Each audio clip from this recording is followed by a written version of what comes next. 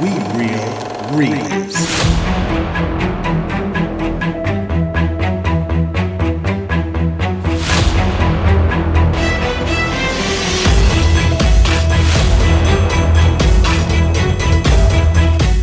What's up, guys? Welcome to We Real Reels, the monthly podcast where we review old movies to find out if they are as good as we remember or if they kamehame hack it. I'm your host, Panda Brandon, and with me are my two half-brothers, the Grizzly Zay. Shut the fuck up, Zay. Oh, bro, I can't stop laughing, bro. That caught me off guard. And the Polar Dev. What's up, everybody? Okay, guys, this podcast does contain spoilers, and we will be discussing the movie at length. This is a mature content podcast, so be prepared for harsh language and awkward situations. All sound clips, music, and trailers are only used for review purposes and belong to their respective owners. And today we are sponsored by The Collectors, located at 205 South Maple Street, Lebanon, Tennessee, 37087. On Instagram and Facebook at The Collectors Toys. And a little note before we even get started, if someone wants to just get straight to the review, you don't want to hear us talking it up, the podcast does have timestamps in the description below, so just check that out if you want to skip forward or just ride along with us, whatever you want to do. All right. So we also have another sponsor, Shots and Squats.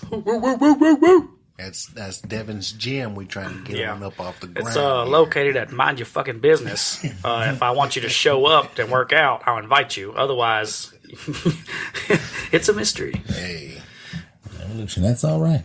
That's on Instagram at Shots and Squats, right? Mm-hmm. Come, we take shots, we work out, have a good time, play some pool. That's right. And I believe you get a discount code with what program? Redcon1. If anybody wants to order any gym supplements from Redcon1, you can get 10% off with Holder 10. All caps, Holder, and then the number 10. Not spelled out. So, go and get you 10%. It's a great company. They're military-based. I think it's 5 or 10% of every purchase goes to military and helping people with PTSD and things like that. Good company. And they have a gym located in Nashville. There's only 2 in the world. One's Nashville and one's Las Vegas. And they are state-of-the-art and world-class. How about that? Not better than Shots and Squat, though. Also, follow us on WeRealReels at gmail.com and WeRealReels on Instagram. That's right. Send us suggestions, critiques. If you don't like we're doing something, if you do like we're doing something, let us know about it. Send us an email or just personal message. Get in our DMs. Or just comment something fucking rude and let's talk some shit. Yeah, let's get into it. We like to talk shit. Yep. I don't. Okay. But let's move on. Joking. Not like real talking shit, like just back and forth bro talk, little barbs. On We Will Reels, we always enjoy our podcast with a little drink. And this week's drink is, what is that, Polar? It is Wild Turkey American Honey. Wild Turkey. And I got a little bit of history on this Wild Turkey. Just a little, okay? Wild Turkey. It's a bourbon, first off. And it was founded in 1940 in Lawrenceburg, Kentucky by a man named Thomas McCarthy. He would bring the bourbon while going hunting with his friends, and they were hunting wild turkey. And so his friends just end up constantly asking him, hey, where's that wild turkey bourbon at? And so a guy named Austin Nichols started bottling it for him, and that's what they called it, Wild Turkey. That's cool. Yeah, that's cool. I like that. And I also have some movies that this alcohol was in. Not specifically the American Honey, but just the Wild Turkey itself. It was in Who Framed Roger Rabbit. Oh, shit, that's a good movie. Fear and Loathing in Las Vegas. I don't know what that is. The Punisher. Ooh, baby. Ooh, nice. Which one? I'm not sure. When I Googled it or researched it, it just said The Punisher. There's 3 now? No, just 2. No, there's 3. There's an older one from like the 1980s. Oh, yeah, with Dolph Lundgren. Yes. Yeah, okay. Well, I'm not sure. Yeah, I'm not really sure. I bet it was Thomas Jane. It had to be a Thomas Jane or the Dolph Lundgren one because the other one's called Punisher Warzone, and this one just said The Punisher. Oh, gotcha. Okay, difference. Yeah. And it's not in, but it is referenced in Christmas Vacation, Death Proof, Monsters Ball, Freddy Got Fingered, Crazy Heart, and Tammy. Damn. Yeah, that's popular. Yeah. Well, Wild Turkey's the shit. It was that 101, boy. If y'all ain't ready, it'll put you fucking down. All right. Hopefully, while we're drinking this, we're going to go viral. For what? For drinking this shit. I don't know if they're going to give us a plug. Fucking. They might send us some free bottles. We'll take it. We'll take it. That's welcome. Any liquor company out there who wants to send us something to drink, send it. Everything but whatever that Brandon Shaw bullshit was. Oh, man. Yeah. Fuck you, Brandon Shaw. Make better liquor. Damn. Quit putting your name on shit and not knowing nothing about it.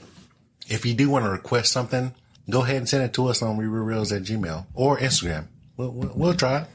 Don't put anything stupid like pickle whiskeys and shit like that.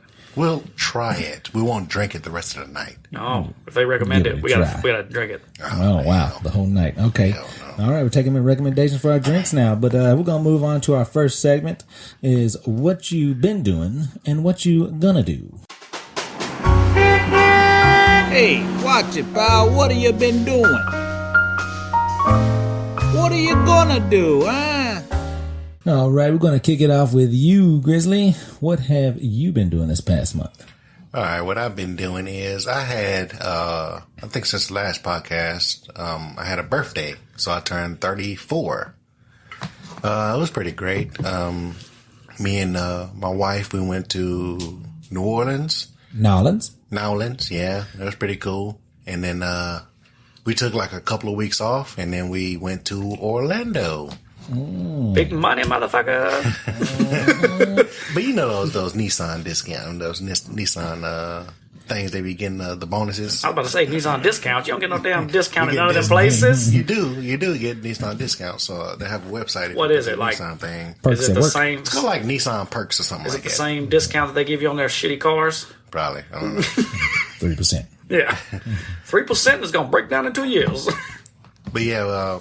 We went ahead and did that because we ain't been on vacation in a long time, so we wanted to go ahead and do that. What was the last one? The cruise? The cruise. Yeah. Your honeymoon, correct? Yep. Yeah. Honeymoon, we got married.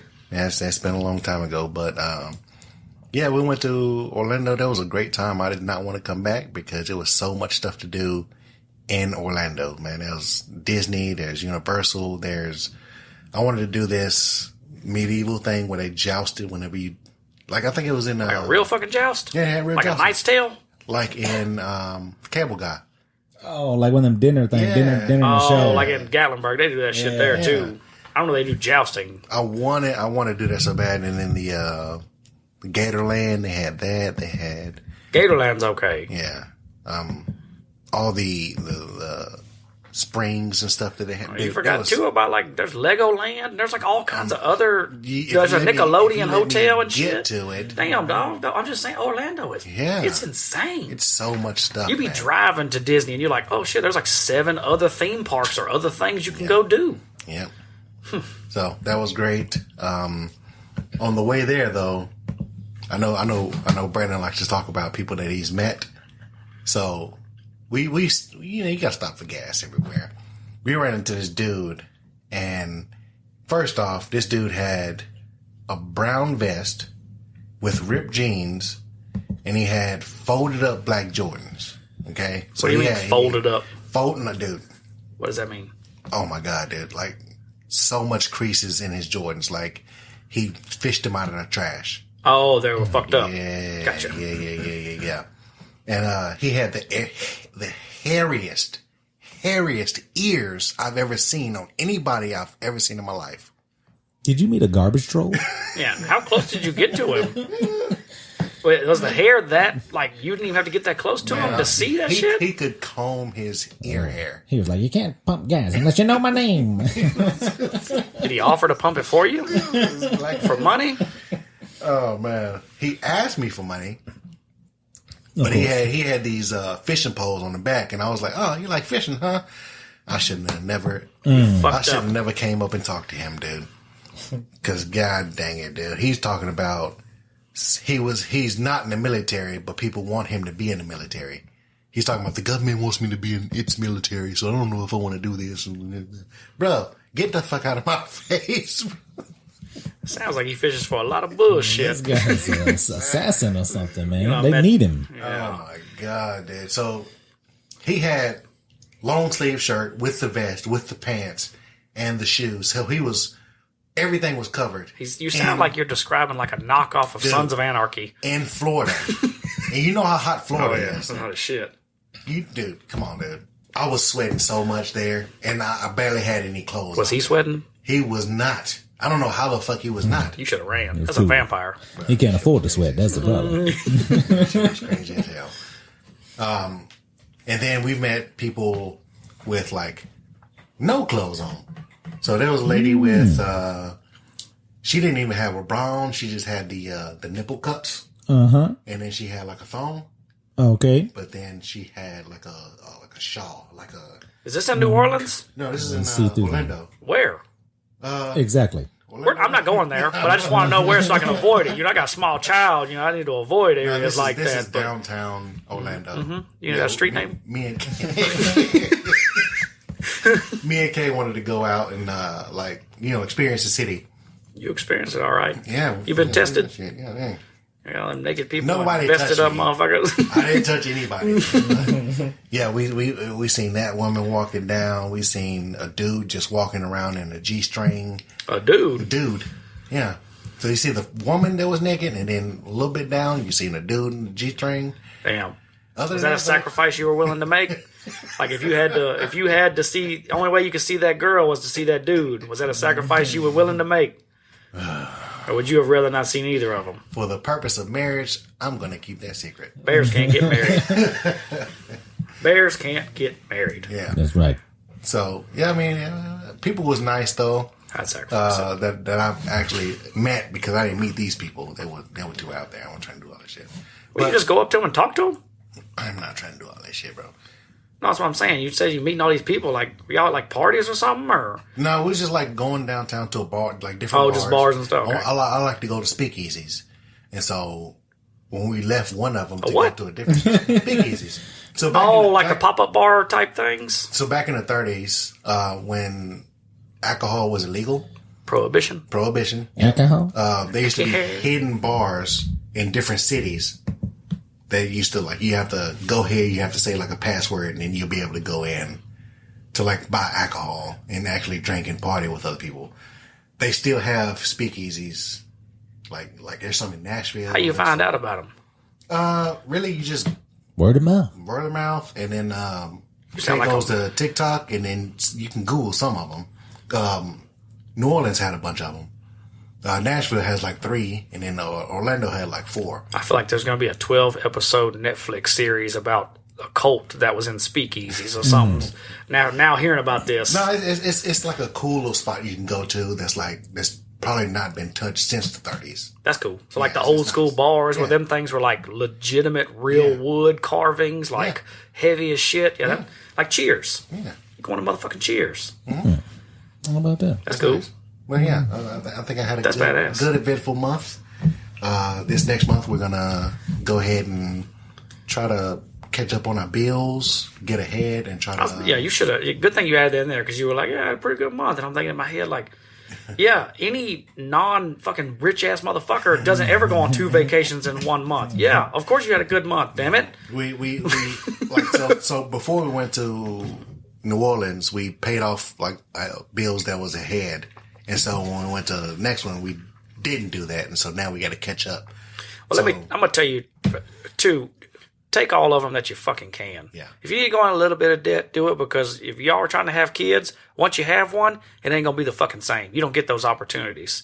There's going to be, especially when they start getting into school, you can't do anything for most of the year because they're in school. You can't just pull them out. So enjoy it while you fucking can. Take advantage of that shit. Yep. Not that that's a bad thing, having kids or anything, but enjoy not having that responsibility before you get involved in it. Right. We didn't do that, and we wish we would have. No, I just know that we didn't go to different places because we didn't have the money to, because we wanted to spend it on bills to catch up on shit. Yeah. Yeah, and now we're able to do it. We won the Powerball a couple of months ago, and we're good. Oh, shit. Yeah, that's fine. Next thing you know, that's what I've been doing, and that's what I'm planning on. Next month, Zay's one's going to be like, I went on one of those $250,000 Titanic expeditions. Yeah, okay. Shit, you don't see me down there. Might have a podcast with 2 bears. Oh, damn. Too soon? Too soon? Well, that's all right, Zay. I'm going to start with let's go with myself next, all right? Do it. This past month, It was Father's Day, past June, before July, June. It's Father's Day, and I got this cool backlit TV, like a adaptable light. So whatever's on the screen, the backlight will like show like that color behind it, so it kind of extends the movie experience. Let me tell you how excited he was, too, because I came over his house and stayed the night the day after he got it, and that was the first motherfucking thing. I didn't even have my bags put down yet. He was like, look at this. Yeah, look at it right here. Yeah, turn it on. It was cool as shit, though. Man, that thing's badass. It's pretty dope. It's dope. We went to Nashville Shores. Haven't been there in a long time, but we went back there, and that was pretty damn awesome. Man, that was fun. Man, yeah, we got on. They have new slides there, and we got to go to. We went with my nephew Zayvon, man. He was scared to go backwards, and we got on the slide, and she was like, "Who's going backwards?" Man, we all pointed at him. He was like, "What? What? No!" He acted like he just got voted off the island or something. He said he had to go to the bathroom or something. Yeah, he kept saying it several times. But next time y'all go, let me know. My job has a discount. Oh, whenever y'all go. Well, we got a discount. It's called 5 Finger Free. You can't jump a fence. Yeah, we did. Yeah, we swam the lake. We swam, from Percy Priest over to it. We had scuba gear and shit. It turns out to be more expensive than just buying a ticket. Yeah. The scuba gear came with the Titanic trips they took. There you go. Yeah, I forgot I gave y'all that. Mm-hmm. We had a 4th of July party. The 4th and the 3rd, which was pretty dang awesome. Had a Roman candle war, blew off some big fireworks, drank a little, had a little water slide action. Dude, my feet are still they're messed up from getting shot with fireworks, or probably shooting myself most of the time because I was pretty drunk. But man, my feet were tore up the next day. They look like the Toxic Avengers feet. Hey, yeah. You look like a Ninja Turtle, boy. Mm-hmm. They was all swelled up and burned. Peeling and shit. Man, he said, "You got any burns from the fireworks?" And I was like, "Nah, I think I'm okay." And I'm fucking walking around in house shoes and shit. Oh, man. I had one of my cool customers come back in. Mr. Charlie gave me another visit. He come in and sat with me. He brought these old, like, WrestleMania pictures where he had gone one time and had taken these pictures, and there were some pretty good pictures, man. He had like Hulk Hogan out there, Andre the Giant, the Bushwhackers were there, Roddy Piper. What are you gonna do if you find out this dude's like some super important dude from somewhere else? He just moved here to retire, some mafia guy or something, to where he's got so many ties, or he's got a bunch of money, and that'd be crazy if you end up finding out he just keeps coming in, telling you a little more. Yeah, that'd be pretty awesome. You better hope it ain't witness protection though. But he was pretty cool. He came in there just to sit and chill with me, and he did, and we started talking again. He told me how he met his wife. It was in New Jersey, he said, and it was back in the Andy Griffith days, man. I'm talking about like early days. Brandon, I need you to do his accent, please. Everything was black and white. Okay, there was no color back then. Nobody couldn't see shit.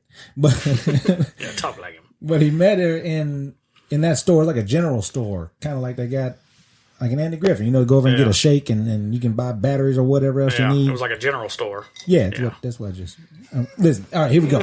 Dollar General store. I wasn't listening. I zoned out for a minute. So she was in charge of the pet department. I guess they had birds there, and so she was dragging this basket across the floor, and she worked there. And he was saying that she had a long ponytail, and he said her ponytail would swing to the left, and her ass would swing to the right. She had this nice dress on, and back then the dress goes all the way down to your ankles. So I was mesmerized. The ponytail would go right, the ass would go left, and I was just looking at it, and I thought to myself, I'm going to take this bitch out on a date. No, he didn't say that. Yes, he did. No, he's got to get on this. We need another mic. Yes. He called her. Shit. He kept calling her a bitch. He's like, I'm going to take this bitch out. He's definitely here on witness protection. Man. He was a mob boss some fucking where. So he told me about that. He told me about, their life together. It was a cool little life. And she had passed away in 2014. And he said he had a dog that had passed away in May of this year. And I was like, does he live by? I said, Mr. Charlie, you live here in Lebanon, right? He said, yeah. I said, you live by yourself? No, nobody live with you? He said, no, I had a dog, but it passed away in May. And I was like, okay. So nobody's there with you, just by yourself? Yeah. I said, your nephew don't live with you? He said, fuck my nephew. He said, he shows up, I'm going to kick him in the balls and throw him out. So he hates his nephew, man. He cannot stand his nephew. We established that last fucking podcast. We need to do a raffle or something, charity fund at the comic book shop to get him a new dog. We need to raise some money for Mr. Charlie, get him a nice Mr. new companion. I could probably get him a free Doberman. Oh, wow. Not Doberman, Goddamn, you are rich now. I know. What the fuck is going on, Zay? He's like, let me think of the most German expensive Shepherd. dog on the planet.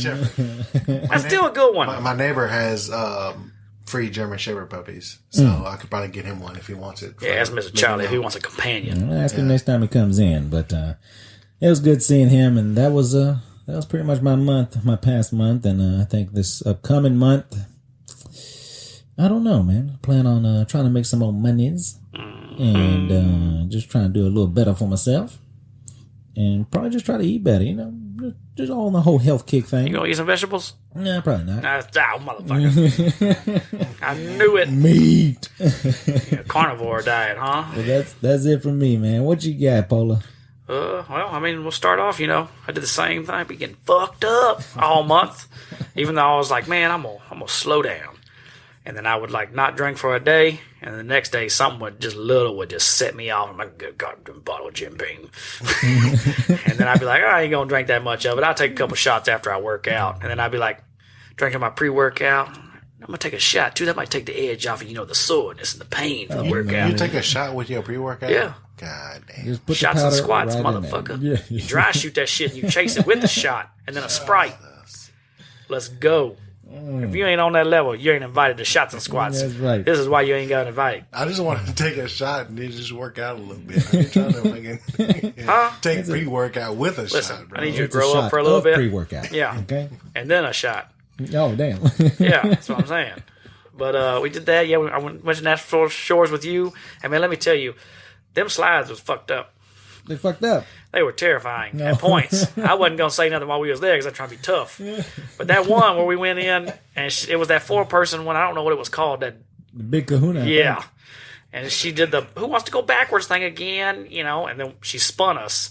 And my ass went backwards. And on the other one, at points, everybody ends up backwards. It spins. This one did not. I was backwards the whole motherfucking time. And if anybody knows me, I hate going backwards. I don't even like putting it in reverse in a car. I hate it. And I was trying to scream, but I couldn't. It was like I couldn't get it out. My stomach was gone the whole time. But I'd do it again. That was fun. And then I think all of us got humbled, and we realized how old we have gotten when we went and attempted the obstacle course. Oh, man. Dude, I was done. Yeah, me too. That obstacle course is no joke. I'm glad that was the last activity. As many times as I ate it, trying to do a little ninja course on the lake, no, sir. But yeah, I did that. We did the 4th of July, or the 3rd on July over here.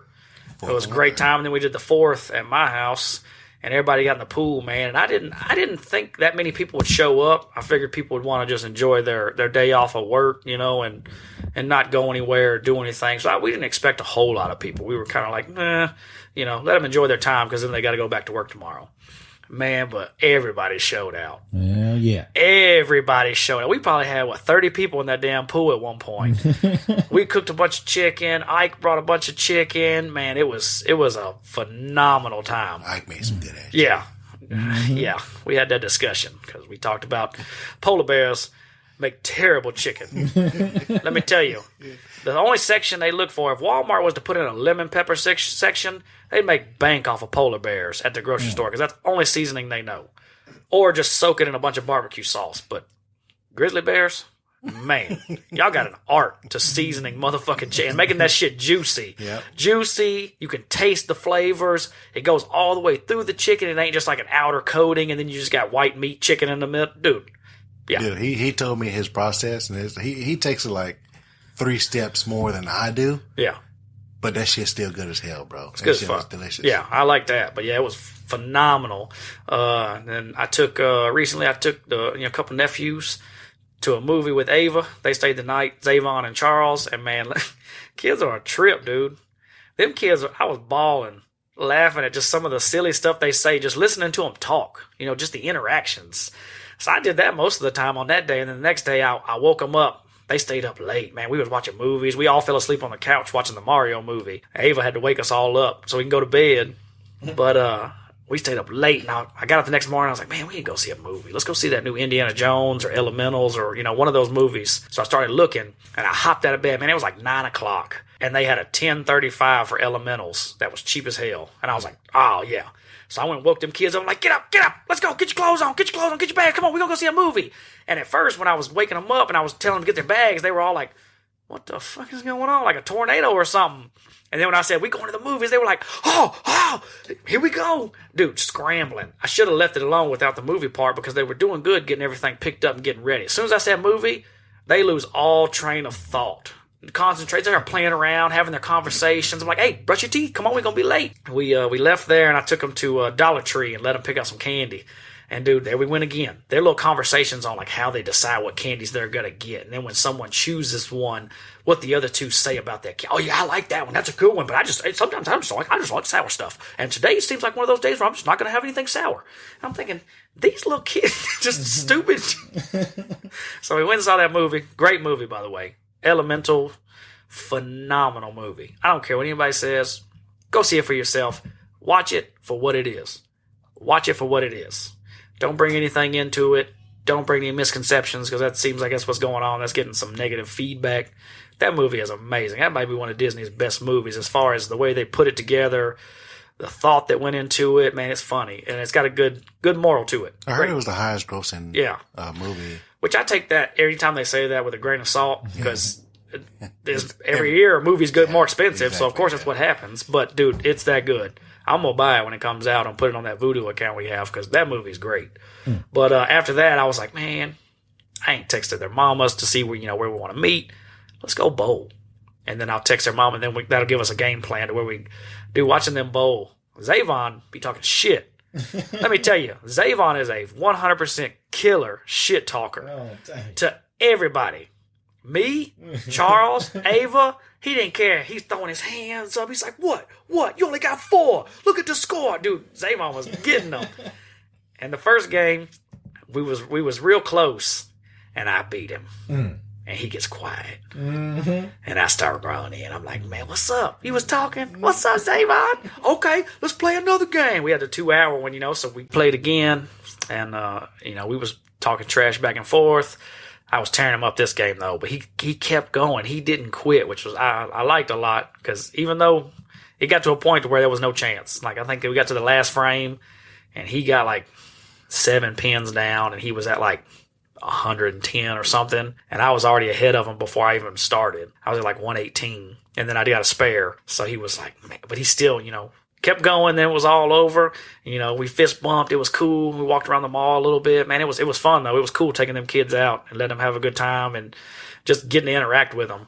It reminded me of when we were younger, all the stuff we used to do. It reminded me of that. But I did that, yeah. And then just been drinking, going to work, playing a ton of disc golf. Been playing really good lately. Didn't play too good today. I think that was due to the alcohol last night. Yeah, we fucked up last night. Yeah, we a little fucked up and stayed up to about 1:30, and then I had to be up at 7 to go play. So, no, yeah, it was all right. I sweat it out. Now we good.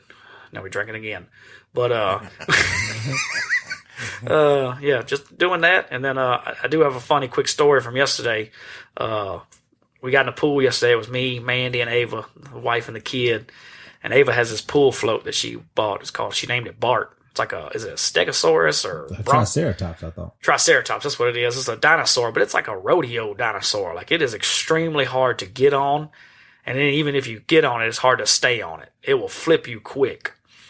So a couple weeks ago, we got in the pool, and I ended up finally getting on it. I figured out that bigger people, polar bears, need to get on backwards. And it's easier to balance them that way. So I was getting on backwards. So Mandy, the wife, tried to get on backwards. We was in the pool swimming, and I'm not paying attention. I'm looking the other way. Me and Ava are doing something, and I hear something. It's like a slip, and I was like, what the fuck is that? I turn around, and that fucking pool ladder had my wife in a Kurt Angle ankle lock. She was done. She had slipped off the top step trying to get on that damn pool float, and her leg went behind the ladder and her body went in front. So it had like twisted her foot. And in my head, I was thinking, this pool float done fucked her up. How are we going to explain this story? And she said she's okay. I think she still need to go to the doctor because her leg was fucked up when it first happened, and she's limping around, but she's being stubborn. But man, she did have the comment about, we don't have to tell people what happened. Just tell them I fell off the ladder in the pool. She didn't want nobody to know she was trying to get on that pool float. But the funny part about it was at lunch earlier before we had gotten in the pool, me and her mom and her dad and her nephew Hayden and Ava, my little girl, we had a conversation about how clumsy she is and all her accidents she's had. And the funniest one that comes to mind was we played adult league kickball one time, and we didn't have enough people. You have to have a certain amount. You have to have like 6 girls and the rest boys. But you have to have the 6 girls, you can't play. And we were 1 girl short. She was stuck in traffic, so Mandy had to fill in. And she kicked this ball, and Hayden was there, and her nephew. It was just perfect because there was more people there than normal watching. She kicked the ball, and she started running. And about 10 steps in, she ate grass. Oh, no. My wife is a terrible faller. Hilarious. No fault to her. Some people just don't fall well. But she does not fall well. She didn't put her hands up or nothing, man. She looked like she was trying to mow like a goat. She was just eating that top layer of weeds. But, man, that story was... I hope she's okay, but... It was funny how it happened, and then the ankle lock with the ladder, man. I just love that. But yeah, next month, do the same. Get fucked up. Have good times. Some memories, making memories every month. Hanging out with the people that, matter the most. Going to work and, playing some disc golf. That's what I'm going to do next month. That's all right. And that will lead us into our next segment, Grizzly's Anime in Arms. It's over 9,000.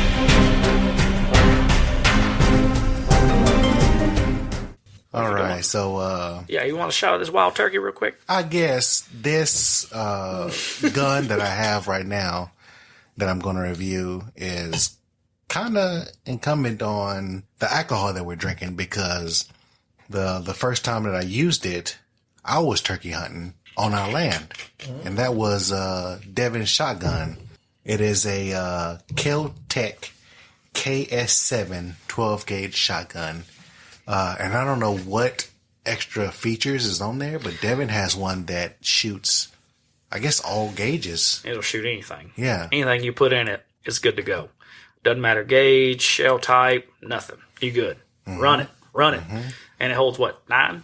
It's 9 plus 1, I think, so it holds 10 total, depending on shell size. I think that's the one that you have. Normally it is 8 or 9. Yeah. I think yours has 10. Got some upgrades. I apologize, because I couldn't find the paperwork for the company I bought all that from. But I was telling Brandon I paid as much or more for the accessories than I did for the gun itself. But I could not do it. There's some good ones, but I couldn't find the paperwork that I have with the company, and I couldn't find it online. But they only make accessories for Kel-tec shotguns. At the time they did. They may do other stuff now, but that was all you could get from that website, and it was legit. Great machine work. I mean, those accessories are bad. That foregrip, that metal foregrip, it's like steel. Compensator on the front. Yeah. It was amazing. It was real convenient because it had the carry handle when I was trying to go through, the tall grass and stuff like that I was walking through. And if I had a regular shotgun, I would have to shoulder it. Mm-hmm. And I didn't want to have to shoulder a gun, Yeah.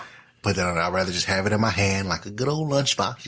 It is. It's like a perfect handle. That's why I left it on there, too, because a lot of people take it off and they'll put a sight on there, like, trying to make it look tactical. That sight was perfect. Handle. That sight was perfect. Oh, yeah. We didn't get lucky on finding a turkey, but we ended up, just doing some target shooting, and that shit was spot on. Mm-hmm. It was great. I loved it. And I see why, because apparently this gun won the NRA Golden Bullseye Award and also won the 2020 American Rifle Shotgun of the Year. So I didn't know that whenever, you let me borrow, which those are two great awards. Kel-tec makes good stuff. They're good customer service too. I like it. I know it is a reasonable price. I think the regular stock one where you don't have to get all the stuff is about $400, but if you wanted to get everything, it's about $900 to $1,200. Yeah. Yeah. I think it's about what you pay for everything, right? That's probably about right. Yeah. Wife wasn't happy. Which it did have different skins and attachments to it. And the shotgun, the length is about 2 feet long, right? And it's a bullpup design. Yeah. Yeah. And so the barrel is about 18.5 inch, which allows you to hold 7, 8, or 9, depending on how many shells you want to put up in there. Which I think I did put about 8 in there in yours. I didn't feel like pushing because you have to like. Yeah, you don't need them. I mean, you don't need them. If you need that many bullets, you probably ain't eating a lot if you're using your own means. It was only birdshot that I did put in there, but it was great. I know the shotgun. It weighs about 6 pounds unloaded, which is light. I like how compact it was too. It was great. The Kel-tec company has a program called Halo, which I think Yeah, hold on. We're going to space? Yeah. That'd be dope. Which caught my eye, but the Halo program, Halo is short for Honoring Armed Forces, Law Enforcement, and Other First Responders. That's what that is. So they absolutely love law enforcement and armed forces. They're trying to get in the business of letting them use their product. They want that contract. They want that contract. They wouldn't be using no KS7 though, boy. They'd be using that big boy. But like, they're so small. Like they only have about 300 employees that they use. So I don't know if they're big enough to do that. They don't make a whole lot of guns. They don't. They make a 22 pistol, which is a lot of people like because it's cheap, but it looks strange. It's not a bad looking gun. It just looks weird. It looks futuristic. Then they got the 2 shotguns, KS7 and KSG. And then they have some high dollar assault rifle makes that I'm not paying for, but they look futuristic as well. They make more futuristic looking guns. I know when I looked it up online, the main concern was the way the gun looks rather than the performance of the gun. Yeah, 100%. Like I said, that pistol they make is just it's weird. It looks like a kid when you picked up a stick that looked like a gun. It's real skinny and slender. Yeah, I'm not a fan. The assault rifle's cool, but not for the price. Yeah, I love it though. But yeah, the shotguns are the shit. People love the way that it feels in their hands and the action that they get whenever they fire it. But it's just the look that they can't get past. Yep. So maybe they'll have to do something, you know. I think they're making enough money probably off the 2 shotguns that it don't even matter. No. They're gonna roll with them 2 until the wheels fall off. If they keep winning these awards, it'll probably be a lot easier. I think they're in trouble because if you look at the shotgun market today, they developed the clip-fed shotguns. So now you can put a 100-round drum on a shotgun if you wanted to with a clip. Shit. See, yeah, that's the popular thing now. They were the first to do the bottom fed. You bottom feed it and it bottom ejects to where it doesn't, get in the way. That was real convenient whenever I was turkey hunting too. But now it doesn't matter now if you got a clip. Yeah. I got 50 rounds here. Bubba. Well, this company started around 1991, and it was pretty impressive. This guy named George Kelgren, he's the owner of this company. They started in Cocoa, Florida. He developed each gun since 1991. He designs it, everything. He's the main guy that's doing everything. So they don't have like a engineering team? It's just him. It's just him. Just like, this gun looks cool. Let me design it. And then they put it out. That's pretty cool. Yeah. That's interesting. I like that. He sounds like a villain in a movie. That's great. But that's all I have for this company. They don't have any law enforcements yet or Army or Navy. Nobody uses their guns right now. It's just really it's hard to get past the big names. Yeah, it is. They're trying to. SIG, I know Glock. Recently, I heard that stuff they like had that. Beretta. Yeah, I mean, if you're looking at shotguns, yeah. Recently, I heard that they had like a $200,000 like over the sea contract. Do you but know, then they could not feel it because I guess is it a state regulation or can each county choose which guns they want to use? Like if you're a police officer, is Tennessee you have to use this gun or what's issued? Does it depend on who gets to choose that? I wonder what that is. No. I will research that and I will let you know. Yeah, because I want to know how do you determine it? Because some of them have different cars depending on the states. Some use different vehicles, so I wonder if you can choose yourself or if it's state mandated or wherever you're at. No. I did a little research on this gun too, Zay. The Kel-tec 7? KS7. KS7. Yeah, the Kel-tec KS7 was used in a TV show called FBI Most Wanted, and it was in season 4. It was also in a video game called Warface in 2013. I've never heard of either one of those, but That's what I found out this gun was in. Okay. I just know the way it shoots. Like, it did hurt my shoulder a little bit, but... Well, the reason I bought it was John Wick used the KSG, which is the bigger version of this one that holds, I believe it's either 12 or 14 rounds. And you can do the same thing, but it's got 2 barrels instead of the 1. And I saw that one, and that one was like, at the time, John Wick had just come out. So that thing was like $4 fucking grand. I was like, I ain't buying that shit. So I found the KS7, and I was like, it's got to be just as good, just a smaller version of it. And it was. That was a good gamble. I know it was real comfortable. Like, whenever I shoulder it and, like, ready to fire, it was comfortable. You didn't do anything inappropriate to it, did you? If you find some white goose somewhere. Hey. Gross. I wouldn't mean that. Yeah, you're nasty. Talk dirty to her or something. Hell no. You fire real good, bitch. So smooth. Like the way you feel in my hands.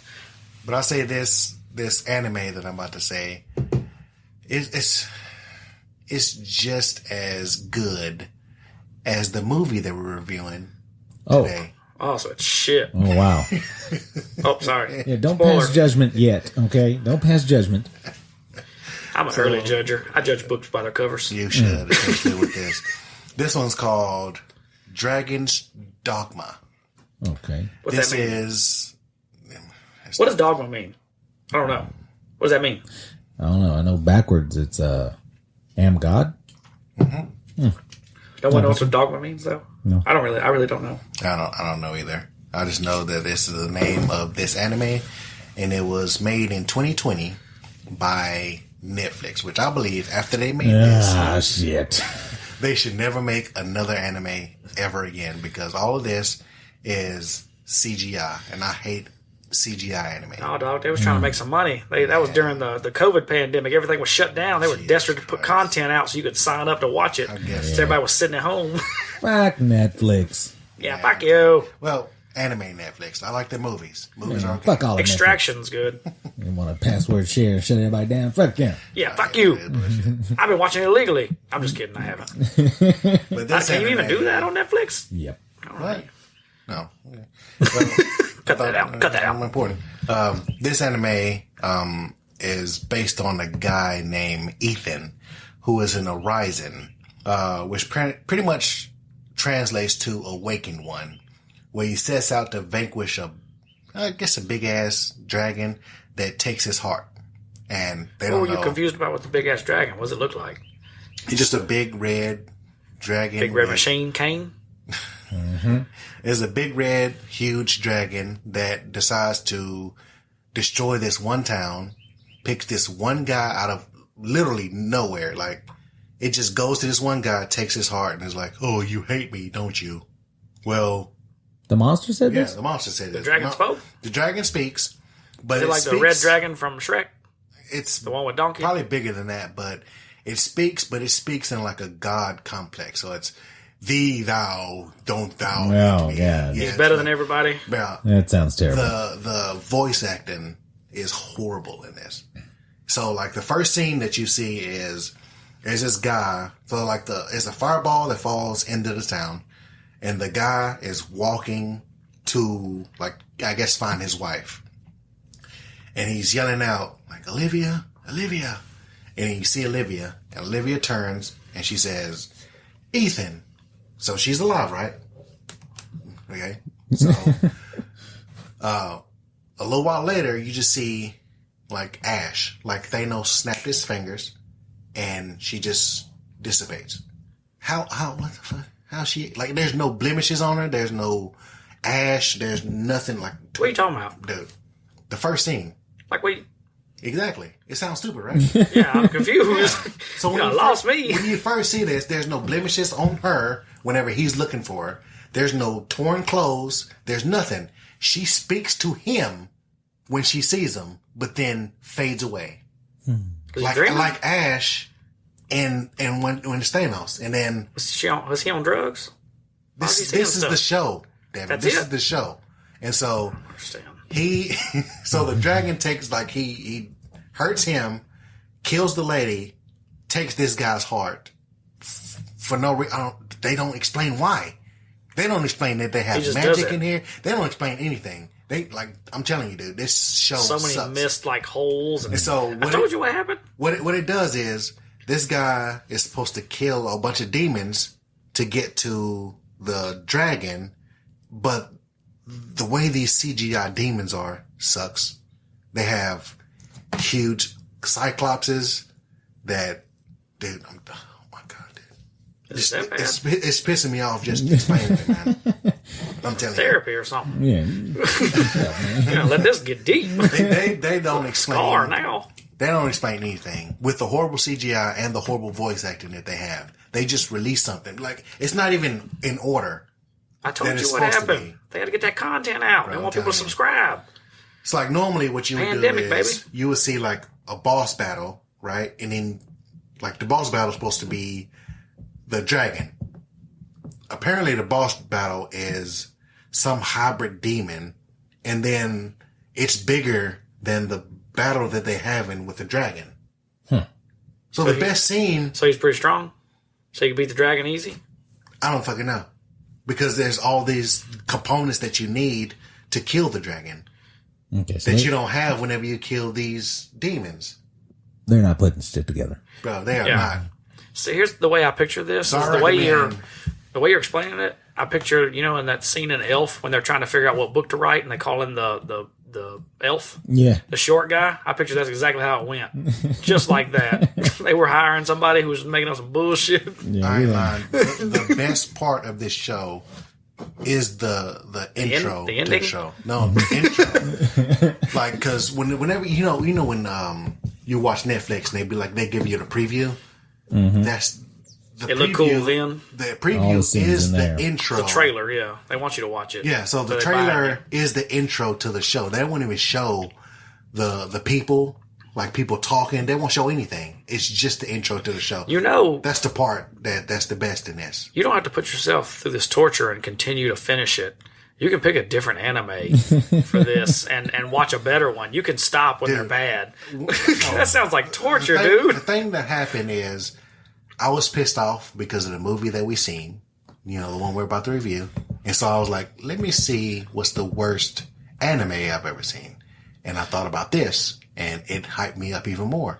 Yeah, but how'd you find that? Like, what led you to that? Did you look at like a review category where somebody was like, what's the worst anime ever? And that was number in top 10 or something? I tried to see it. In 2020, I remember looking at it, and I got like 3 episodes in. You remembered it. It was like a nightmare. So, yeah, and so after watching the movie ass. that we reviewed, I was like, let me go back and see if there's anything to this. And so I went back, and it's horrible. And now I looked online to see which one's the best, which one's the worst animes that I've ever seen, or like they've ever seen, and this is popped up. It's like, if they have like a top 10, this is like number 8. Of worst animes. Like 10 being the worst or 1 being the worst? Making sure we establish that, because 8 wouldn't be that doesn't bad. matter. 1 they all suck. And yeah, dang. But they supposed to fight all these demons that's named after the 7 deadly sins. So the wrath, gluttony, envy, sloth. Sounds like a bullshit version of Dante's Inferno.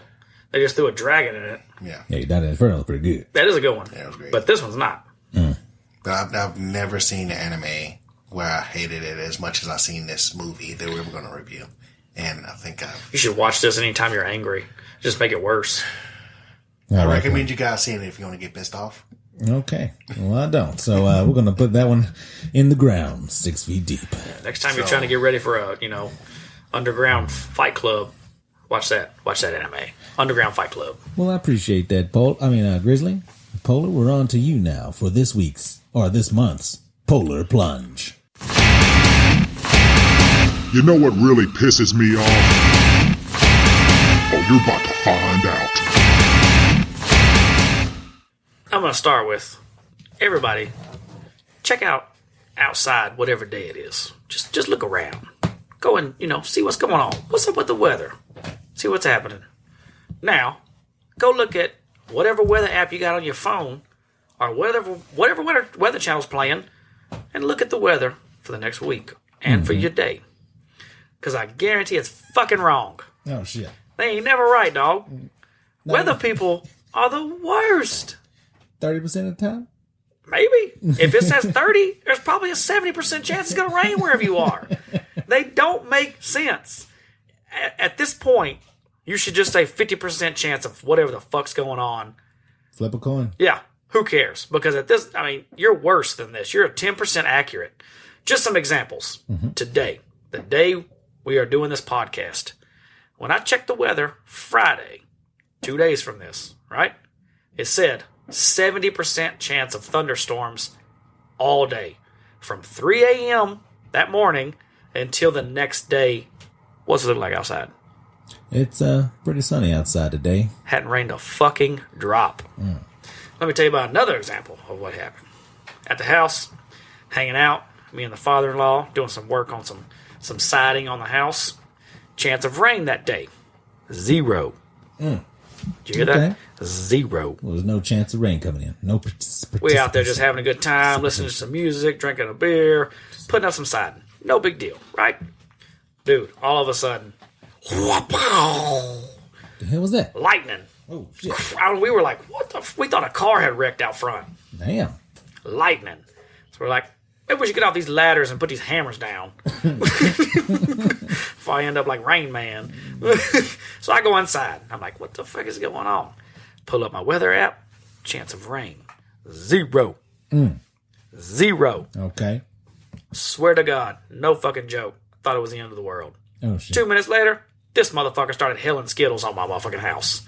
Hailing Skittles. No fucking joke. The wind. My wife's got a little willow tree in the back. You know, your wife has a willow, or used to have a willow in your backyard.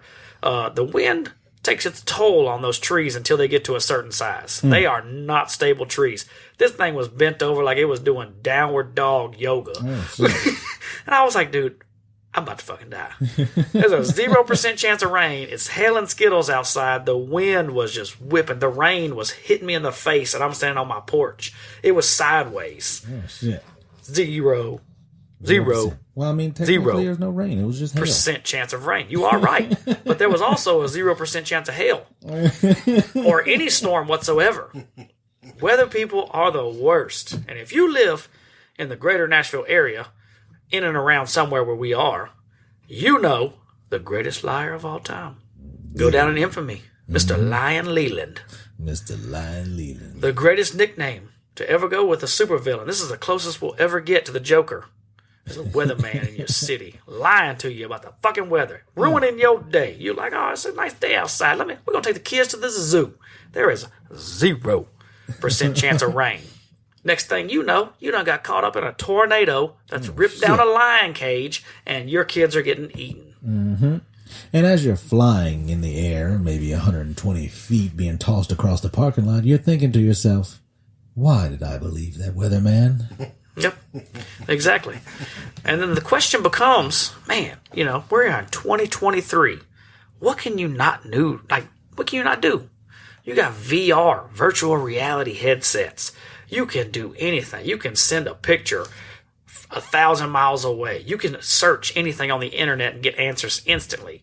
How is it that we haven't started questioning why hasn't the weather gotten any more accurate? I mean, we've been, studying it for so many years. It should be pretty predictable by now. Fuck yeah.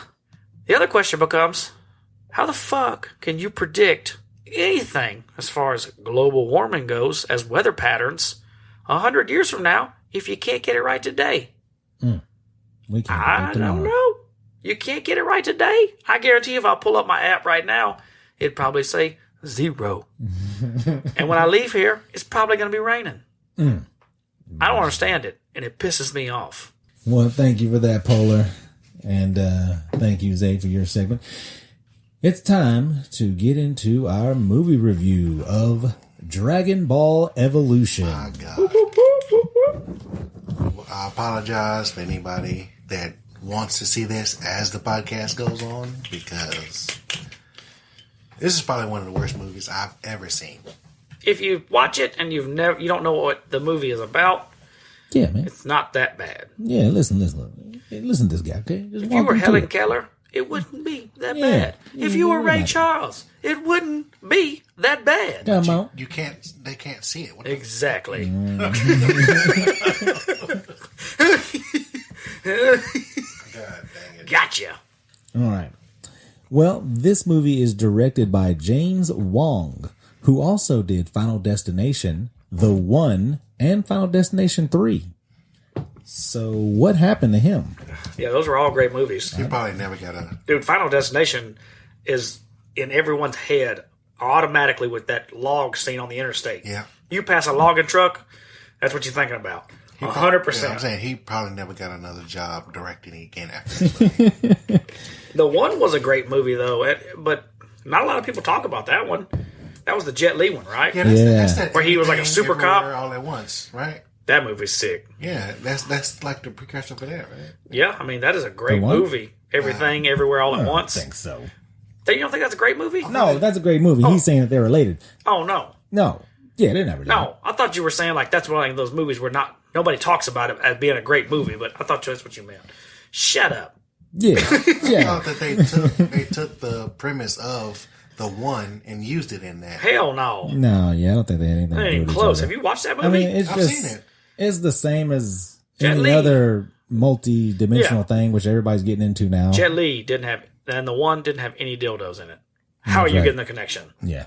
There were 3 sets of dildos in that other movie. Well, I think in The One, you had to kill the guy to get gain some stronger. type of power. Yeah. You kill all the other alternatives of yourself, you get stronger, but That's not what the yeah, other it's one. not the other one about. They use different stuff to get knowledge and the reason- abilities yeah. from different universes. The reason she was so powerful was because her mind broke and she survived instead of dying. That I'm was the glad we're difference. able to talk about everything all at once rather than the movie that we're supposed to be reviewing, which is Dragon Ball Evolution, starring Justin Chatwin, James Marston, or Marsters, Chow Yun-fat, Emmy Rossum, Jamie Chung, John Park, Eriko Tamura, Randall Duke Kim, Ernie Hudson, and Texas Battle. His name is Texas Battle. Yeah. This movie came out on April 10th, 2009. Other movies that came out in April of 2009 were Adventureland, Fast and the Furious, Hannah Montana the movie. The first Fast and the Furious? No, I think it's the fourth one. They just call it Fast and Furious. Okay, got you. Oh, okay, got you. I got you. Observe and Report, State of Play, 17 Again, Obsessed, and Fighting, and The Soloist. So there wasn't a lot of other good movies out at the time to go see.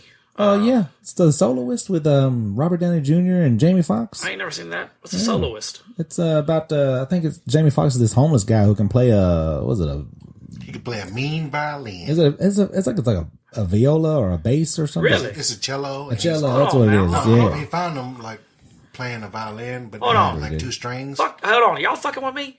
No. Oh, I thought this was a joke. Is And that then- really what it's about? Yeah. That sounds really good. Like, And then- I've never heard of it. Obsessed has Idris Elba and Beyonce in there.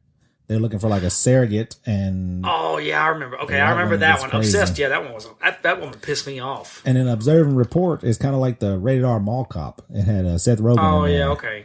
Okay.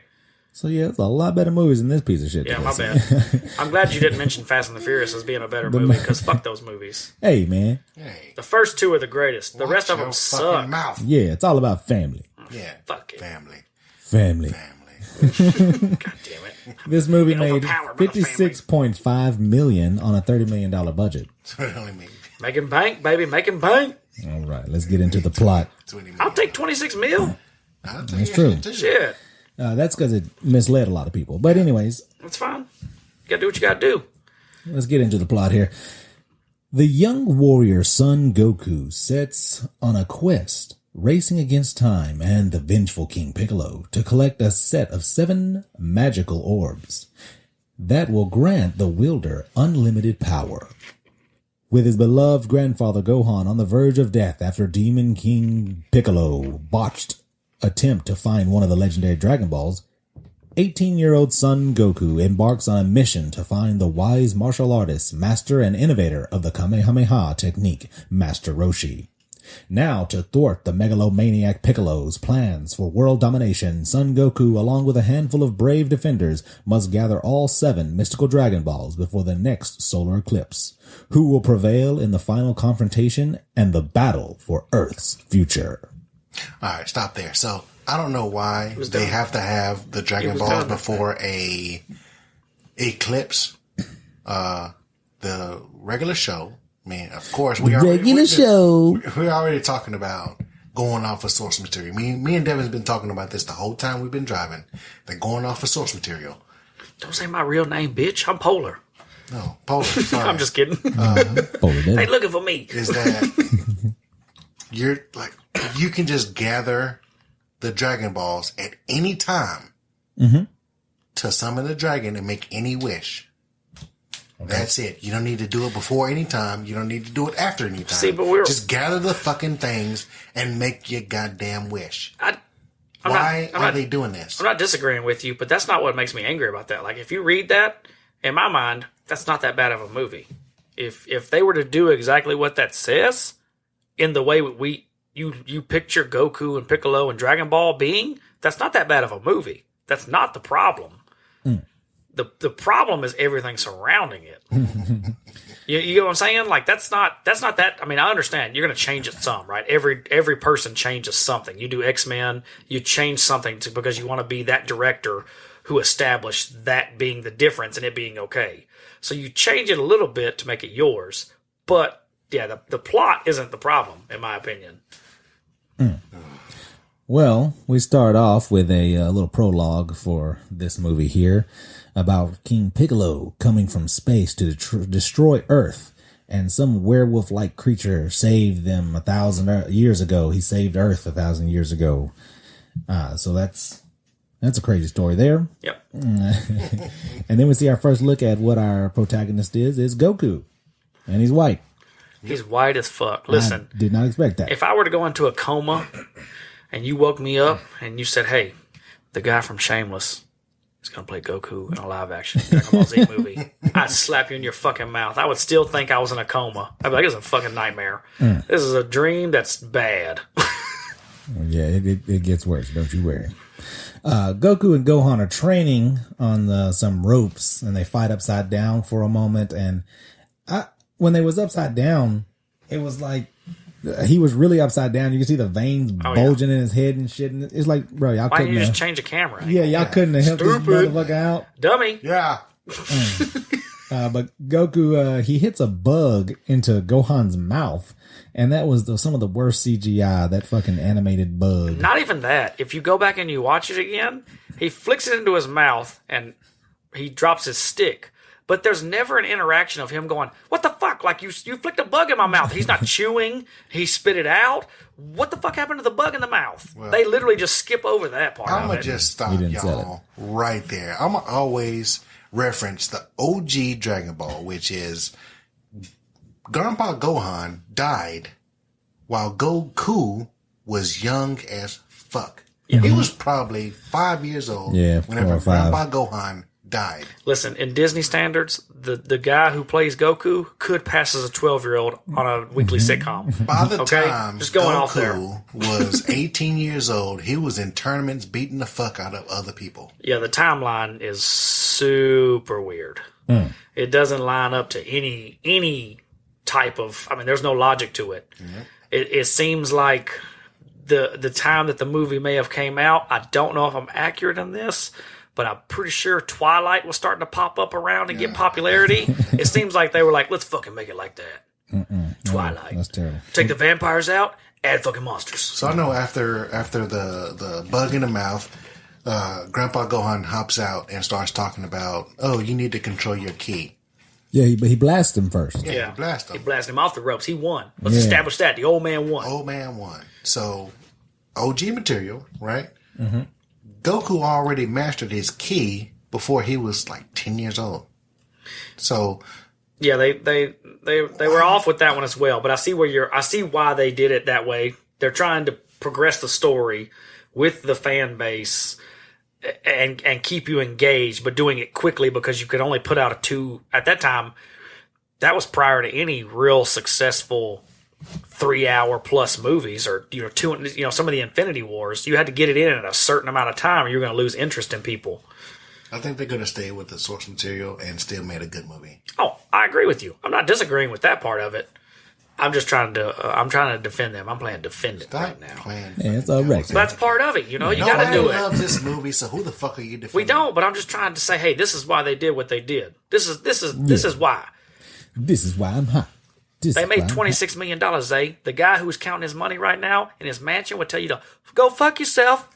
So that's his defense. That one guy didn't get $26 million. It's $26 million divided on all those people that worked on this movie.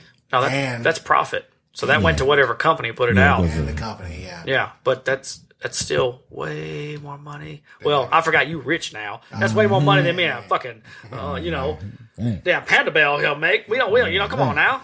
He's like, who gives a shit about a $2.6 million settlement? Well, I ain't tell y'all hit the lottery. That's I told you that. You didn't even know it yet. That's chump change. I'm in space. Goku ends up going to high school where he's concerned with bullies. And at this point, I'm like, what? Yeah. What? Goku never went to school. He never went to school. Yeah. He never had to worry about bullies. If anybody challenged him, he would fuck them fuck up. And he would give 100% to fight them. To be like, okay, you're not on my level, bitch. We're going to fight, and I'm going to embarrass you. He was picking up cars by the time he was walking around. I think he was still 5, yeah. Bro, yeah, he was still picked 5, up Bulma's car. Yeah. Here's my problem with this, though, right? How long are we into the movie? We're still in the first, probably second scene. Yeah, about 2 minutes into it, maybe 10 at tops. The problem that makes me, here's what makes me mad about this scene is knowing that the guy who plays Goku read this shit and took this job, and he got to see the girl who plays Bulma naked because in Shameless, that's her boyfriend, and it pisses me off because he is a piece of shit. He was like, I just want to make some fucking money. Fuck you, fans, and all this source material and all of where it came from. I'm not reading shit about it. I'm not investing whatsoever. I'm just trying to get paid. I think the director said the same thing, and the writer, whoever wrote this, is nonsense. But Gohan gets sued.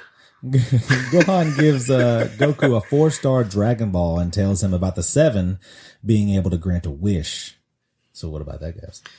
I mean, that's fine. I mean, whatever. You're in this bed now. You got to lay with it, right? And I mean, Goku, you already established. Which the source material he did give the 4th Dragon Ball, 4-star Dragon Ball, just not while he was Goku, dying because the house imploded because of Piccolo. They don't, I know Goku is supposed to be a dummy, so yeah, but he wasn't like an Adam Warlock dummy. No, he's a dummy. He only cared about fighting. If you were to, he's not a dummy when it comes to the things he cares about. No, he just never had any other formal education. No, he's a dummy when it comes to everything else except for fighting. He's a genius when fighting, it comes to fucking, and food, right? Yeah, he can hunt, he can fish, he can do all those necessities. Sounds like a real man. So he thought that his Dragon Ball was his grandpa's soul in the OG material. And so he was like, he didn't want anybody to steal his grandpa's soul until he found out that those are actually Dragon Balls.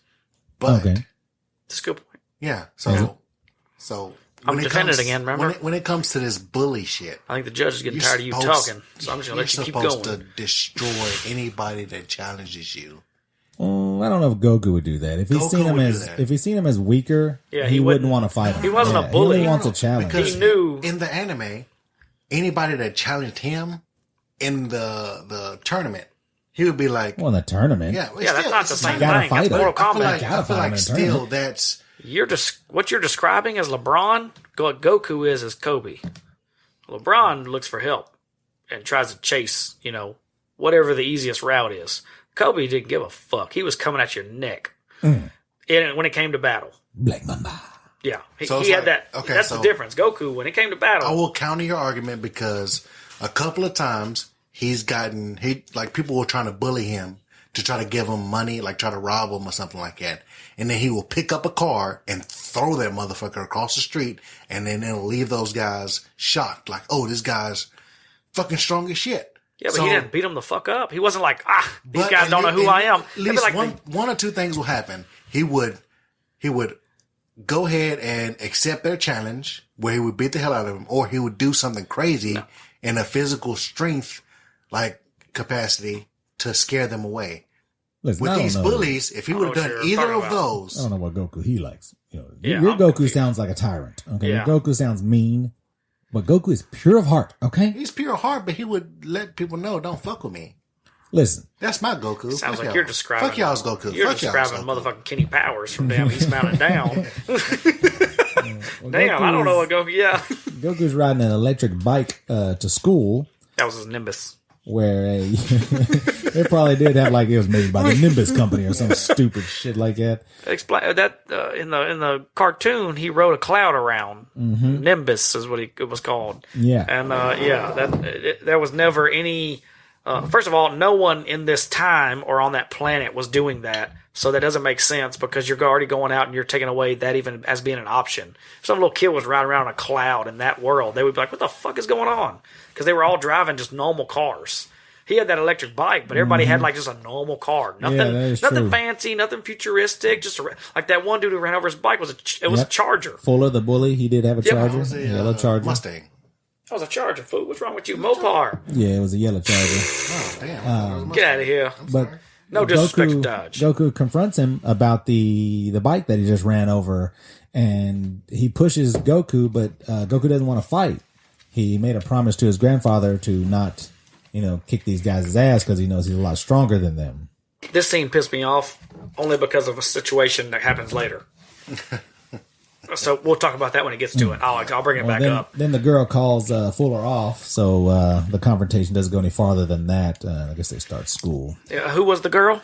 That was Chi-Chi. Yeah, so this is the start to any Disney movie involving a love story in a high school. Yeah. This is literally the easiest plot to ever play out to get a consistent every year Disney movie. Let me stop you there too, bro. Chi-Chi never went to school either. Do you know that? She was in school. We watched her. She's OG material. She's not supposed to be in school. She's supposed to be a fighter. She was one of the strongest females. Yeah, because her dad was the Ox King, right? Yeah, he was the Ox King. That's it. And she didn't bring that motherfucker up. They actually fought in a tournament where she actually held her own against Goku. Yeah. So she was already strong as hell, but they never went to school. She's never even had a guy who was weaker than her try to ask her out. And this guy was clearly weaker than her, right? Yeah, 100%. I mean, not in the movie, for sure. He would have beat her ass.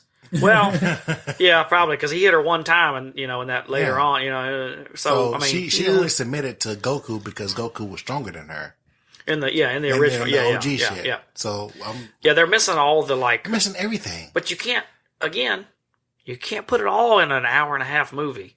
They should have split it somehow or done it just in a timeline to where you're like, okay, OG people understand. Everybody else go fuck yourself. My thing is go watch the anime and then come watch it. They're adding people and taking away people that's essential to the story 100%. of Dragon Ball. 100%. Where's Krillin?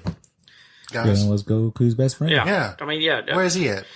I agree. I mean, because he says, "What friends?" At one point, when him and the grandfather have a conversation earlier, what friends? Bitch, you got Krillin. Bitch, you got Krillin. He doesn't have any friends. He doesn't do anything but train with Grandpapa, Grandpapa. But like what the fuck? This is way off. We're introduced to a green man that drops a really bad CGI fireball onto a village. It was Pickle Rick. I guess they didn't have enough money to show the actual fireball dropping onto the village, so he drops it through the clouds. And then the camera goes through the clouds to reveal where it dropped at, and it's already just devastated land. There was no explosion. It didn't even look like a bomb, though. It looked like it didn't show a crater. It looked like WandaVision's like little minuscule blast she does. Like it was like you said, worst CGI ever. But even then, when you get to the spot where it's showing you the devastation, it doesn't look like a bomb has gone off just now. It looks like a bomb went off 80 years ago, and we're trying to survive. They still have structures built. There's nothing that really makes. It looks like it's a normal survival village. A couple of things are on fire. But that's it. Yeah, it's not like peppered into it here and there. Yeah. It's like this is a piss poor example of where a bomb goes off. Then people are dead. Like they said, it's a crater. Well, we see this woman entering the village with a gun, and she's searching for something. And we got a villager who is trying to hide her daughter, I believe. Yeah, question. I think it's her daughter. Who the fuck is she? Well, I think the woman with the gun. Yeah. Who the fuck is she? No clue. I don't know. Okay, just making sure. I didn't know if that was John Cena or because I don't know who the fuck that is. You can't see her. The lady, she ends up searching for the woman and her daughter, and she ends up finding one of them. I think the child, and the mother has to, give up her position to protect the daughter. Well, I know. Like starting off, the woman had something in a pouch, So like kiwi. that you didn't know what it was, Yeah, and so like kiwi. she had to hide, and she hid underground, and apparently they have, which they don't show, some type of Underground tunnel system. No, it's like Vietnam or something. So the lady's underground, but apparently this girl knows exactly where she needs to look for this woman. Oh, you're talking about But they don't show the scanners for they the don't Dragon show Balls. radar. They don't show anything. How the fuck does she know that this girl is supposed to be somewhere? Well, what they don't tell you is that she's a character that they made up who has that ability. Because no one knows who she is. That's right. She's essential to the story, but not the story you remember. Go fuck yourself. We made $26 million on this movie, asshole. Yeah. That's the defense. And then I guess show how bad she is. I assume she ends up shooting the mom. Yeah. But here's the other question. How many guns in all of your Dragon Ball Z watchings have you seen? Not much. It's always through the Red Ribbon Army. But Yeah. The army, right? Not like supervillains are all just super strong and know how to do beams or some kind of karate. They're fighters. I just know after this not lady gunners. shoots is that you see the first actual shot of Piccolo without his hood. And is it me, or does Piccolo look like the villain from The Mask? No, he looks like the villain from Power Rangers, Ivan Ooze. They recreated him later on, years later, as Apocalypse in that X-Men movie. Oh, shit. They used the same mask for all three of them. Go back to The Mask with a dude. The I think I know when the bad guy. Yeah. It looks just like fucking Piccolo. it's similar to that because it just looks like shit. Yeah. We're in a lecture now in the classroom where they're talking about the eclipse that happened 1,000 years ago, and Goku's daydreaming about Chi-Chi. And she bad, boy, in that daydream. Yeah, and he is interrupted by the teacher who asks him about the eclipse, and he tells him about the Nameks that attacked 1,000 years ago. 2,000 years. 2,000 years ago. Like, what's up with you, weirdo, man? You gonna tell some teacher that story? He tells him Alex Jones conspiracy theories in class. That's Getting that made water fun boy. of, boy. Water boy bullshit. Ugh. Mama said. Well, after class in the hallway, Goku sees the girl struggling to open up her locker, and so he decides to use his key to open all of them. Yeah, Does it's anybody the first time get you ever seen key being used in this thing? And it's like, I feel like when in theaters, because I was one of the few people that actually seen this in the theaters when it first came out. Sorry for you, brother. Oh man, Yeah. I feel sorry for you. Yeah, I was thinking I didn't know you had to go through that suffering. Like, y'all know me, I don't like to look at trailers, so You if just I'm went and saw excited it? about something, I just go and see it. You didn't. Well, there was no Reddit or anything like that at that time, so you couldn't go Exactly. online and be like, "Hey, what the fuck's going on with this?" Exactly. And people would give you honest opinions. Yeah, and so when I seen this, it's like, what type of airbender shit is this? Yeah, he put a gust of wind out and he blew open all the lockers. Yeah, And from the other direction, the wrong direction. He tries to run and hide, Doesn't but make she ends up sense. following him, and she ends up inviting him to a party, and he, desperately accepts. Hold on. Does anybody else at this point in the movie? Please go watch it if you haven't. Is anybody else getting some kind of like Ted Bundy, like fucking Charles Manson vibes from this motherfucker? Looking around the corner and shit, and like staring at her in the class. He's gonna murder her later on in this movie. I don't know, man. He ain't really talked to anybody. He doesn't have any really friends. And Exactly. he found That's what I'm her. saying. You ain't seen them Netflix documentaries? But That's how at it this starts. point, I was just like, this kid is nothing like the character from the anime. He's worried about impressing a girl. Like, Goku's just worried about getting strong. Yeah. But his grandfather's, we see Goku at home, and he's getting ready for this party, and I believe it's his birthday. Yeah, it is. His grandfather's made this, real nice dinner for him, I guess. They normally do it all the time. Some I know that roasted. shit looks gross as hell. It was some charred broiled duck. That wasn't was it? it was like duck feet. It's chicken feet yeah. and then duck. And they did it in duck one of them body. big ass fucking metal bowls, and it looked like soy sauce soaked chicken feet. And Still Gohan they didn't was clean sucking the meat off them toes. Yeah. man. He didn't even suck the meat off. He sucked all the like everything went with the claws and all. It didn't make sense in the movie. You're like, damn, what's wrong with his digestive system? If he's swallowing chicken claws, what the fuck? Before Goku leaves, he grabs the Dragon Ball, and the stars are moving around, which never happened in the anime. Like, Nope, never happened. it's like a 8-ball, and these stars are just floating around inside the ball. It looks like Miss Cleo's ball where she would tell you your future. But I know whenever he leaves the party, leaves to go to the party. He walks up to those bullies that's outside of the party. I guess he's trying to get in, and they're like, "Oh, you don't belong here." And so he's keep calling him Gecko. Yeah, Gecko. Gecko. Gecko. Yeah, that's a pretty fun name for him, but especially if you know that you know you can beat somebody's ass. But I mean, things kind of change for him because this is the thing that pisses me off. He tries to walk off, like, okay, like I might as well go ahead and deal with this. And he stops and it's like, because they call him loser. This is not going to happen again. And they started surrounding him. And it's like, okay, we're probably going to go. Yeah, we get to see Goku fight. Let's go. Come on. Let's see Goku fight. Cool. Like, at least it's going to be something in here. Dude, he don't, like, they're trying to do everything to antagonize this guy, you know, pour water on his feet, try to punch him. They're not. Yeah, well, this is from this might be some anime source material right here because I think he's entered Ultra Instinct. Probably. And nobody can touch him. I want to do two things too, though. I want to, you said that he poured water on his feet. First of all, why was this dude at this party? The mansion in the background is some Elon Musk type shit. And this dude's got a fucking Pizza Hut buffet cup. Ox King, bro. They don't explain that, though. That's what I'm saying. Yeah. And then you said he pours it on his feet. He doesn't even pour it on his feet. He just pours it on the ground, and it barely sprinkles on the feet. Like, if you were trying to make that the point, you probably should have redone that scene and actually have him pour it on his shoes. Like, he could have just wiped that off. Or, like, pour it on his head or something. Yeah, what the fuck who's at a party, high school party, drinking water? Well, I don't know. Somehow, the fuck out of here. These guys can't touch Goku, and so they're hitting each other and they knock each beating other the shit at each other. Yeah, and so the main bully comes out while Goku. Why you gotta be black? Well, he's a black guy. You know, black guys always, you know, I mean, all Grizzlies always. Listen, there was some secret undertoned racism here because he drives a Charger and he's the bully. Yeah. I just call him out. That's why this guy messes up his own car because Goku is like right in front of his car. It's just like every time this guy like tries to hit him, he's using like a tire iron or some shit. Like that. Yeah. He's just hitting his own car, which is messing up this Charger. And two bullies, they end up getting both weapons and trying to swing at Goku. And the initial swing, they are not close enough to hit each other. Nope. But after they do swing, they end up knocking each other out.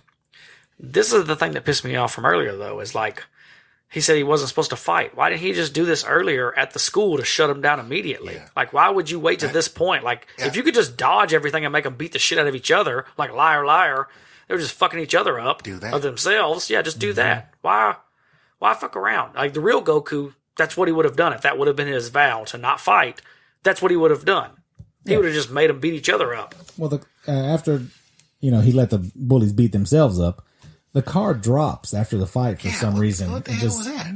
Yeah, he beat it with like a tire iron, and that motherfucker lost all suspension. Yeah. The fucking undersides of that bitch were gone. And it just shoots some sparks up and shit. And you're like, he busted 3 windows and beat up the roof. The fuck does that have to, Goku must be heavy as shit.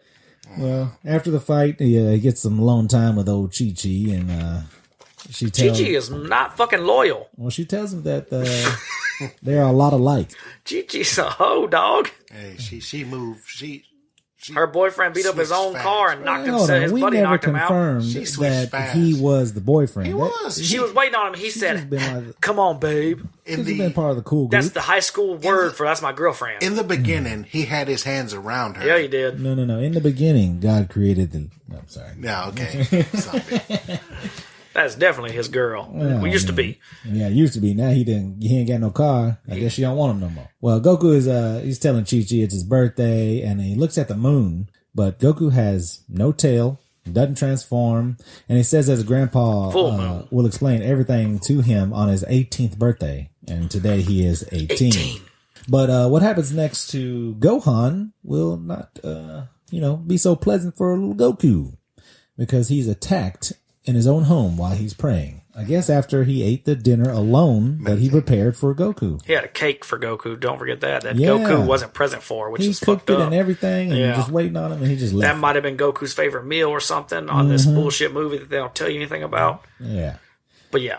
So that leads me to believe that Goku really don't care about his grandfather that much. He's an asshole. Yeah, he does. Also, what was the designation of like, hey, somebody's here?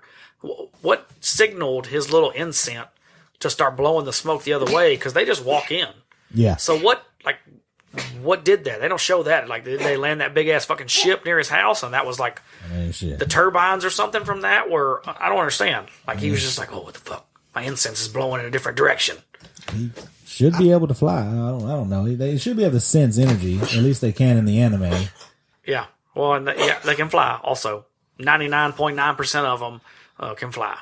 Or have a means of flying. Piccolo and his woman assassin lady, end up attacking Gohan. Piccolo ends up grabbing he's searching for the Dragon Ball, and he ends up crushing half the house. And while Goku's at the party, he's getting, you good, bruh? You got fucking COVID? Goddamn, son. You got one of them motherfucking new diseases and shit. Man. Well, Goku ends up sensing something wrong and leaves the party. But I don't understand the sensing. He looks at the moon, it flashes some green light, the Dragon Ball starts glowing in his pocket, and he's just like, something's wrong with my grandpa. What the fuck? Which one of them told you that? And what the fuck is the connection? I'm confused. Yeah, I don't know if they really wrote that out too well, man. If there's a full moon, then all the Dragon Balls should be motherfucking glowing. Mm-hmm. Right? I mean, what the fuck? I don't know. And what are they glowing for? What are they telling you? Well, he returned home to find that the house is in shambles, or at least half of it is, and his grandpa is under the rubble. So he gets him out of there, gets him out of the house into safety, and Gohan tells him that Piccolo has returned, and Grizzly is back. How you doing, Grizzly? You back from your goddamn aneurysm? Shit. So no more shots for you. So Goku pulls off a 2x4 and a couple of nails off of Gohan. It was a couple. It wasn't that much wood. It was not that much. It was like the Little Rascals clubhouse had maybe tipped over and like got under his legs. Well, let me tell you guys this, is that at no point in anything that's Dragon Ball is nobody telekinesis. So how does he, number one, stop Gohan? Whoa, bro. From like crushing legs. Whoa, bro. And then you got some wrong research now. Uh-oh. Because you've been fact-checked. Yeah. Piccolo and Goku do demonstrate telekinesis. Piccolo can make stuff float near him, like rocks and whatnot. And Goku does it while after the Saiyan battle, which I just watched in Dragon Ball Z, he's in his body cast, and he's making the drink float. He's using it. He's trying to train his mind. He's making the drink Jedi float. in him. Yeah, but they do have some kind of telekinesis. Okay. Especially Frieza, too, because he lifted Krillin up in the sky. And why does this is the story of a girl. No. This is the fact-checked fuckers. Fuck off with your fucking wrong information. Okay, so what I'm saying is this is Saiyan Saga, right? So he already has a huge penis. Goku dick's like Super Saiyan. That's what you're saying? He has a huge advantage of his ki after he fights the first and second Piccolo, correct? You need to explain what ki is, too, because there may be some people who don't know Dragon Ball Z. It's an inner energy. The life energy. Yeah. That you can use. You get faster, stronger. Yeah, you through this. So that's what ki is, for anybody who hasn't seen the original or this one. And so you don't see them manipulating anything, any type of ki of the first or second Piccolo. So they don't know how to do it externally to use on inanimate objects. They only know how to do it whenever the Saiyans come, because he becomes perfected in his ki use, right? Go on. So they shouldn't be able to do this now. Well, we don't know when now is because they changed now. Yeah. Now is that's the defense. Well, they shouldn't be able to do it, period.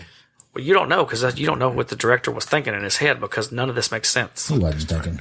Well, Gohan tells Goku that Piccolo's returned and he's after the Dragon Balls. And he also tells him to find Master Roshi and find the Dragon Balls to stop Piccolo. Goku's grandpa looks like an Asian Guy Ferrari. Whoa, for anybody who's wanting to picture that in their head when they're watching this. Has no soot on his face, no torn clothes. He didn't blow it up. Dirty clothes. It wasn't a landmine. It doesn't matter. He's supposed to be dying. He doesn't have blood on his face. Why would you have soot? That's from fire. He barely got any wrinkles. Dude, he's virtually untouched at this moment whenever he's dying. And he doesn't have blood on the side of his mouth. What if he's having a heart attack? He doesn't have snot. He doesn't Stroke? have anything. Cardiac arrest? Nope. One of those things? Nope. Blood So trying to clot? play devil's advocate because it don't make That's sense. the defense. You can't prove that he's not having a heart attack. Well, that was a shocking He situation. doesn't hold his heart. He can't. He's holding his arm. As the camera is panning away from Goku and the dying Gohan, we do see 7 stone orbs laying next to Gohan, and they look kind of like how you would lay the normal Dragon Balls. Why wouldn't you try CPR? I don't know if he knows how to do that. We assume that Gohan safety, had passed away because Goku in the morning ends up, laying by a grave, or he's looking at a grave. It hadn't been confirmed, but yeah, I guess Gohan's dead. Which he should have died What's up with the rock land scene after that? 15 years before. I don't understand. Why is he laying those rocks in the order that he did and then watering that plant? Well, as is tradition. As is tradition. In where? In what? Canada.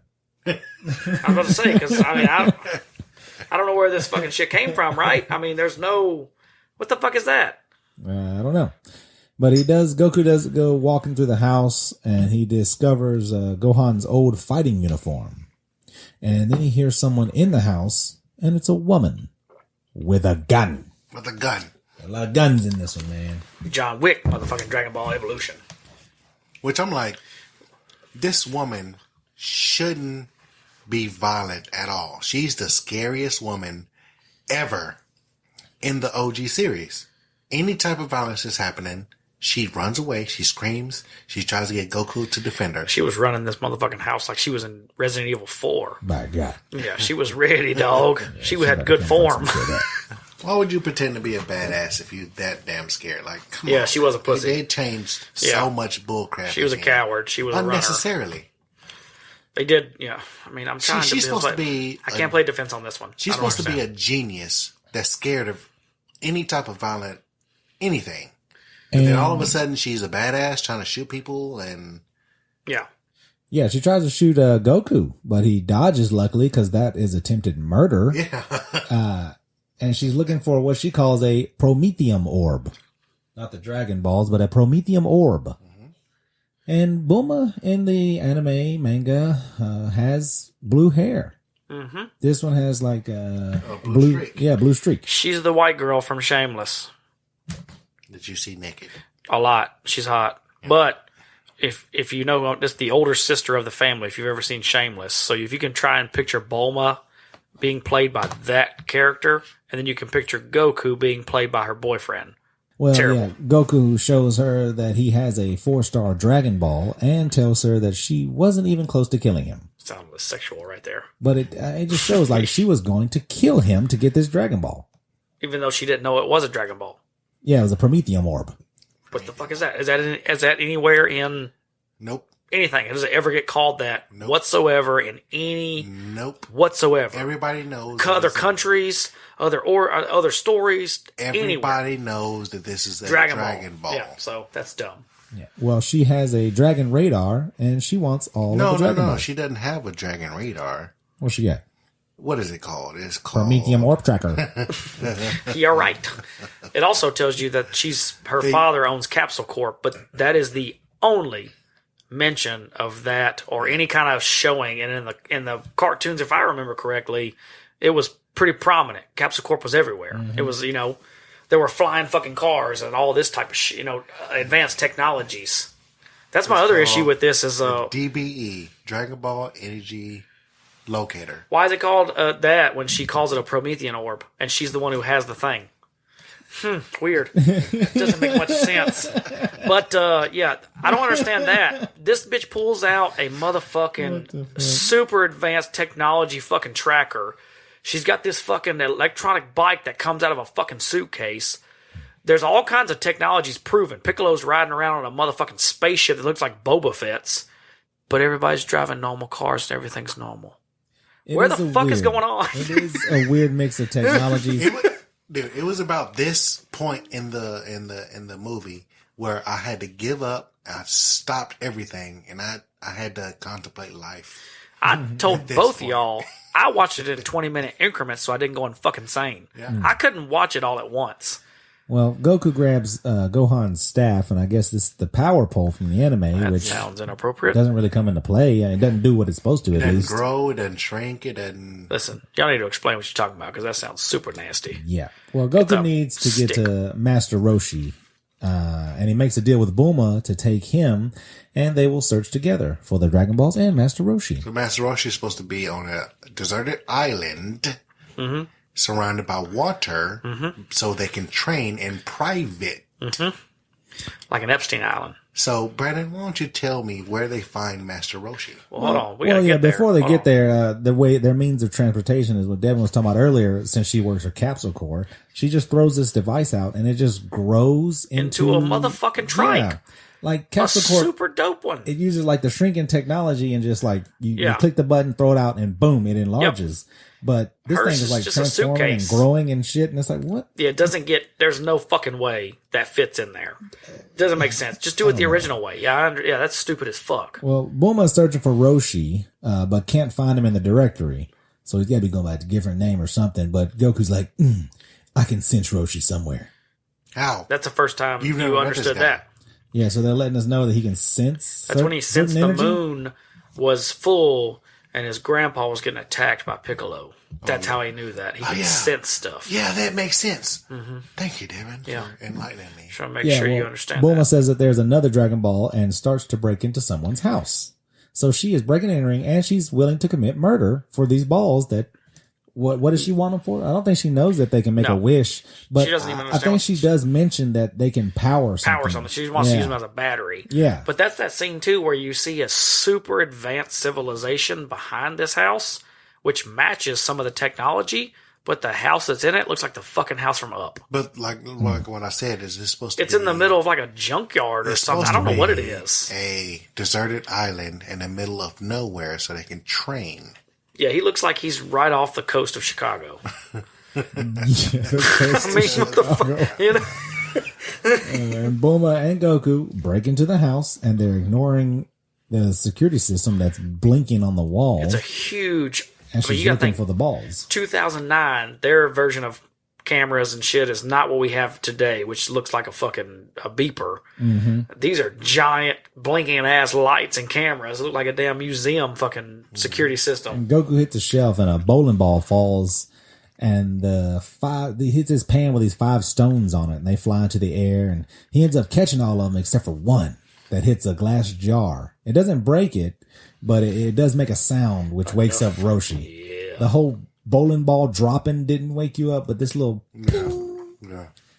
Why are the security systems there if it's not going to wake you up when someone's in your fucking house? That's true, too. So they were walking right past them. I guess those might be fire monitors or something, smoke detectors. All right, let me stop you here. So, I think you're going to say what I'm going to say. I want you to say it. Material is Roshi is supposed to be one of the oldest men in the world. This guy is maybe 50? Maybe? No, he's 38. 30? He's 38 and he does lawn care for a living. He's the oldest person that of Goku and Bulma, but he's so young still. He just looks like a normal, like, dad of 2, Asian dad. Yeah. Like, works at Publix on the weekends. Yeah. He's no older than 40, for sure. He's supposed to be old. He's supposed to have a cane. He's supposed to be fucking bald. And white. He's supposed to... He's supposed to be white. Not Goku. The fuck? He has a white mustache that comes down like fucking Hollywood Hulk Hogan. Yeah. He's supposed to have a turtle shell. Yeah. You know what he has of that? None of it. None of it. God damn it. Black hair. So him and... he ain't got no hair. Him and Roshi start fighting, and... Bulma interrupts and is like, you guys gotta stop. And so they stopped. Well, Goku's like, no, I'm gonna end it now. It's already over. What are you gonna end? So he floats up, uses his ki to blast Roshi, and Roshi dodges it, and he just takes out Bulma. It was the lamest, weirdest, like, temper tantrum I've ever fucking seen. He looked like he was 12 right then. Fighting with his older brother. Yeah, well, Goku tells Roshi that Gohan's dead and that he asked him to find Roshi. And Roshi says some poem that Shenlong will appear. And I'm pretty sure the dragon's name was Shenron. Yep. Shenron, yeah. Who the fuck is Shenlong? It's the new dragon. It's the I mean, Dragon Ball Z was based off like the Monkey King legend, like the real one from Japan. So maybe the roots there. Maybe there is a dragon. Yeah, we don't give a fuck. There. Your source material and all of your fan base doesn't give a fuck. Yeah, we want what came from the anime. That was the fucking the diversity version of the dragon. Different color, different name. Yeah. Well, they tell him that they're trying to get the Dragon Balls to save, the world and kill Piccolo. So they're looking for it in the house because Roshi don't remember where he put it. But I guess Goku now has the ability to sense the Dragon Balls because he's the one that's like, wait a minute. It's over here. I can tell where they all are. I can feel them. Yeah. So he goes and finds the Dragon Ball. Somehow. I like that they did put in that bikini magazine with Master Roshi because if I remember correctly, he was super into women. He was an old pervert. Yeah, he liked big boobies and big ass booties. Yeah, I think every single female that was in there, he sexually harassed. Yeah, 100%. Yeah. But he didn't work for anybody, so he could do that. Meanwhile, Piccolo has some flying ship that I guess can evaporate lakes. Because he's floating over this lake, and I guess the Dragon Ball's in the lake that he's searching for, and he just... Yeah, it seems like he heated it up to a temperature that the water evaporated, which is even more fucking dumb. If you would have just had some technology that made the water disappear, that makes... Fuck it. We don't care. It's some space shit now. But that's dumb as fuck. That's a lot of water, dude. That was that was Percy Priest Lake motherfucking dried up quickly just to go look for that glowing shit. But how can he not sense them exactly where they are? Because when he goes and gets it, it looks like he picks it up right off the shore. Well, they don't explain exactly how they're finding these Dragon Balls. Well, they start glowing when certain people walk around them. It's what it looks like right now. They don't have a dragon radar because apparently at this moment in time, Bulma is the only one that has a dragon, or what the fuck is it called? The Dragon DBE? Ball. Yeah, DBE bullshit. So, like, how is he finding all of these? Piccolo? Yeah. Yeah, they don't explain. He has a giant fucking spacecraft. He probably has some shit in there. They're like, hey, you can figure it out, dummy. Also, I don't know. I don't know. His goal is to destroy the world, right? Yeah.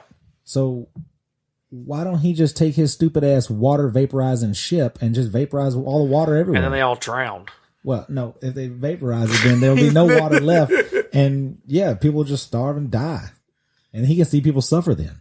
I thought he just wanted to take control of it. He wanted to be powerful. I didn't think he wanted to destroy it. In this movie. Well, then that'll make more sense. Yeah, he doesn't want to destroy it. He wants to be king. He wants to rule it. Okay. He wants everybody to subject to him. So he wouldn't want to vaporize all the water. Well, he did vaporize this water, but they found the Dragon Ball in grass, like some weeded area. Like, yeah, those are cattails. Those are cattails. What the fuck is going on? They're by the pond. So Roshi decides to join Goku and the crew to help him search for the Dragon Balls and, take down Piccolo. So Roshi and Bulma get on this little car I think he has. It was a little, I don't know. It's not the foldable bike that she pulled out earlier that she could easily use to travel with. You have 3 people you could ride separately. Or is it? Oh, no, yeah, well, she can't ride. He's pulling a trailer. He's pulling Roshi's trailer, and he tries to get a feel on Bulma, and she's like, do it again, and I'll shoot you.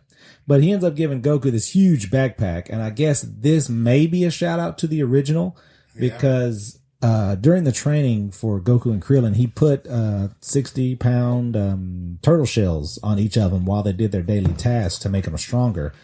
But you're trying to save the world. We have time restraints here. Piccolo's looking for these fucking Dragon Balls, and you want to spend time putting He's trying to sign him up for the world's strongest man the next year because that's all it's going to help you with. That doesn't translate into everyday life when you're in a crunch. It should be whenever he was young as fuck. This should have happened, but he's 18. Yeah, he was running very easily with it. There was no struggle there. So how did you get stronger? You're just gonna be fucking tired because he doesn't stop to eat. Yeah. He's getting no nutrition. Yep. He's just burning up fucking muscle fiber. Yep. Good job, dum dum. Well, they end up finding Chi-Chi training and at this. I don't know. It's like a group fight along or something. Mortal Kombat, it's either Mortal Kombat, those Karate Kid fucking series on Netflix. Or some type of shit like that. It's some weird... It doesn't make sense. It's stupid as fuck. It's like a group of kids just go out in the fucking desert and start fighting. They're all in fucking, practicing, they're throwing punches and kicks and stuff the men are in gis. All the women are in like fucking Carrie Underwood brand fucking bikinis. Leggings and fucking yoga fucking bras that are just showing your titties because there's zip up in the front. It's like, what the hell is this? What is going on here? I don't know, but Chi-Chi tells Goku that she knows how to fight. And I guess we've seen that because when we first see her, she's fighting this guy and she gets distracted by Goku and guy backhands her in the mouth and she gives him some super karate kick to the face. Could you imagine how awkward the relationship would be if the only conversations that you had with a girl were the ones that they had? He beats up boyfriend. They have like this weird conversation about weird shit that has nothing to do with like, hey, how are you? What do you like to do? They were like weird conversations about like his grandfather and her, you know, some weird shit. And then you get to this point and she's like, let's get married. Yeah. And she's like, hey, I know how to fight. And he's like, yeah, I just want you roundhouse that bitch in the face.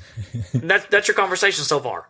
And they're like madly in love. She invites him to a tournament. And Goku is, I don't know if he accepts. He's like, I got some stuff to do right now. Some stuff is not so important, but I might do it.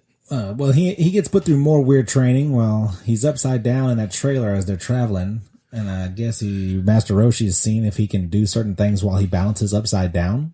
It's nonsense. It doesn't make any fucking sense. None of this shit has anything to fucking do with anything. It's a bad CGI ride, too. You can tell in the background it's some kind of green screen they're just going past. And they end up falling down a hole. But Bulma's driving, and she's pulling a trailer that has Goku and Roshi in there.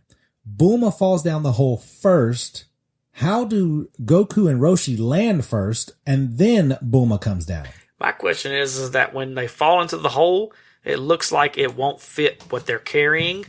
When they actually get in the hole and they're looking back up, it looks like the size of the fucking Grand Canyon. It gets bigger in every motherfucking scene you see. You're like, damn, I see how they fell in that motherfucker. But how they not see it? It doesn't make sense. Well, either way, you meet Yamcha. Who? Yamcha is probably the worst voice actor I've ever seen in a movie anywhere. He seems like he's a superstar in the Red Box. Hey guys, in those fucking movies no one's ever heard of. Oh my god! He is so bad. Well, he is a bandit, so that's kind of staying true to the character of Yamcha. He was a desert bandit. He looks like an Asian version of Carnegie from Book of Eli. And he has a ladder. He dug this trap, and he has a ladder, but he wants their stuff before he throws down the ladder. Specifically, what's her name's Mike? Yeah, from the Capsule Corp. Let me stop you right there, bro. Yamcha's supposed to be one of the best fighters that's human. Yeah. In the world, other than Krillin. Krillin is stronger than Yamcha. He's not a Yamcha fighter. is number 2. He's either part of the Warriors or the Grease Crew. Tien might be stronger. We don't know yet. Yamcha. I don't know. I think Yamcha's up there. Tien took on Cell. Yeah. Second You're form. missing that one. Yeah, Yamcha did quit fighting. He got beat up by the androids. Yeah. He didn't even make it to the final boss. Yeah. He's stuck on the But either way, below. he's still one of the strongest humans.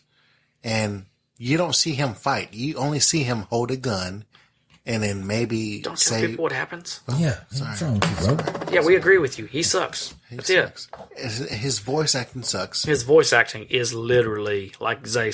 Dude, it is unfucking bearable. It sounds like a fucking bad commercial. Brandon, let's hear the Yamcha. Do it. What Yamcha? Dude, say something in Yamcha's voice in this goddamn this movie. one? Yeah. Dude, he was like, hey guys, you need a ride? Huh? You're stuck in the hole. Well, give me your stuff. I'll let you out. Yep. Identical. That's it. It's how you read comic books in your head. You would have been a better Yamcha than this guy would have been a better Yamcha. I appreciate it, man. I try to get one impression in each episode. Goku, for some reason, he can't climb out. And Roshi starts telling the story of the monkey werewolf dog thing that fought Piccolo and trapped him in what? And they need the Dragon Balls to beat him. Okay, I don't. The other thing about this whole cave is that it looks identical to any rock climbing class you go to. Yeah. It looks like the easiest motherfucking cave to get out of. There are so many holes and cracks to grab a hold of. No. You could easily get out. Because Goku tried, but then he fell. Yeah. So. What's that got to do with anything? No. Well, he didn't try that whole motherfucker? Yamcha's still waiting. He's still waiting for them to get their stuff. And so Roshi, I guess he decides he's had enough. So he just hops out and asks Yamcha to join him. Couldn't have done that before. Yeah, you stayed in this hole overnight, lighting fires and shit. I have no clue. But Bulma says that the Dragon Balls can power the world. So now they're a source of energy. Oh. Yeah. Since when? She's part of the government, goddammit. Since she wants to use them to power the world. Okay. Yeah, Capsule Corp was weird. smarter than that, for sure. Like, I mean, come on. She could have made a wish to do that, like invent something. Maybe that's no, I think she was trying to invent some energy, wasn't she? That was her wish. No, through the Dragon Ball, she was trying to... Because she was trying to get rich off of it. She wanted some money. I don't fucking know, bro. I know that she, in the anime, her wish was for a boyfriend. That's what she wanted. Yeah. She got one. Yeah, and during the journey, she didn't need the wish because she ended up finding Yamcha. And then Polar asked for pennies or something like that. No, it was Oolong. Oolong asked for pennies. Well, as comfortable as pennies. So they go deeper into the cave because they're searching for the Dragon Ball. And they got the tracker. They've got Goku who can sense them. And yeah, now Yamcha's a part of the crew. Yeah, and then after that, you see the scene of the fucking nonsense, crazy-ass spacecraft Piccolo's flying around in on Earth. Where's air traffic control? No one's picking this shit up. It's a giant motherfucking spacecraft. That's and true. no one's going, the fuck is that? And with the technology, they should have, sensed his ship or Yeah, something. 100%. Well, Piccolo has his blood drained to make some kind of monster, or a lot of monsters. I'm not sure. But this does have some kind of correlation to the anime because Piccolo would generate eggs that would pop out different monsters that would help him and become minions to him. Yeah, but not like this. Like, Most definitely not like this. So I believe that this is the first Piccolo. This is not the second Piccolo.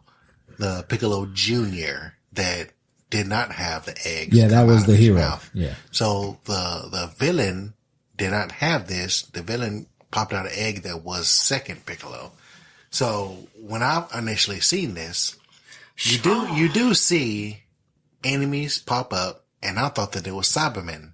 So I was looking up who the fuck are these guys are supposed to be that's fighting Goku. dude, I Roshi. completely forgot there were two Piccolos. That slipped my fucking Yes. mind. I did not even think about Yes. that. Oh my god. Okay, got you. Fuck. Well, I suppose the team has dug down deep enough to find lava, and they have to get across this lava lake when monsters attack. Oh man, Power Ranger style motherfucking putty people monsters with no fucking plan. we don't know what the fuck their names are. I thought it was Cybermen. And Roshi and Goku are fighting, and Roshi uses some kind of magic blast while Goku makes a bridge out of the monsters' bodies. Why do the monsters have swords? Like, you drained them from Piccolo. Does Piccolo produce people that already have swords in their hands? Or where did the swords come from? They all have swords. He gifted them swords. Come For on, what? Stop asking questions, man. If you're from his blood, you should be strong enough to fuck people up. You shouldn't need swords. This isn't like goddamn Lord of the Rings with the care, dude. Urukai. My question is, how Who do they are these not people? automatically dissipate whenever they reach volcanic level heat? No, they're trying to reproduce. Yeah, Cells are trying to reproduce. That's what they're trying to tell you, which isn't possible by any means of science they're not known to only- man right now. But these are space people. They're not only mentally retarded, they're flame retarded. Okay, Yeah. listen. So they don't understand they can't get burned. So They're just holding on. Look at them. You got full shapes and bodies in this motherfucker. And they're all the same color as the lava, which shows you, like, they're not clearly burning to a point. Like, if you are the color of the lava, you're already melted. Yeah. You keep your color up until it burns you into a certain point. You would go down. Of course. And well, okay, here's a question for you. Why do we have like this super smart engineer lady and Goku's the one coming up with these plans? Yeah, she has a fucking bike that just floats, doesn't it? And he's like, oh, we can just Jumping throw these in across the body bodies. and we can get across it like this. What a sacrifice. Goku was never the guy to come up with good ideas. I mean, unless it was in a battle, Yeah. he found out new techniques and stuff to use. Here's a question for you. When we get at this next scene, how many stars are on the Dragon Ball? 6. It's like 6-star Dragon. Six? 7-star Dragon Ball. 7? Yeah. Count it. 6. 1, 2. That's 3, 4, 5. 5, 6. That's 5. That's 5. That's If you 6. pay attention to that first image, it's fucking 5, which doesn't make sense because Bulma said that she was looking for the 5 ball that got stolen from her. Goku had the 4. That's how he proved that he didn't steal it. That was a 5 in the first scene. They fucked up. That doesn't make any sense to the story. Why would the 5 be there? Go back. Let's see. We can't go back. We're not watching anything. Yeah, we're not watching anything. Yeah, what's wrong That's with 5.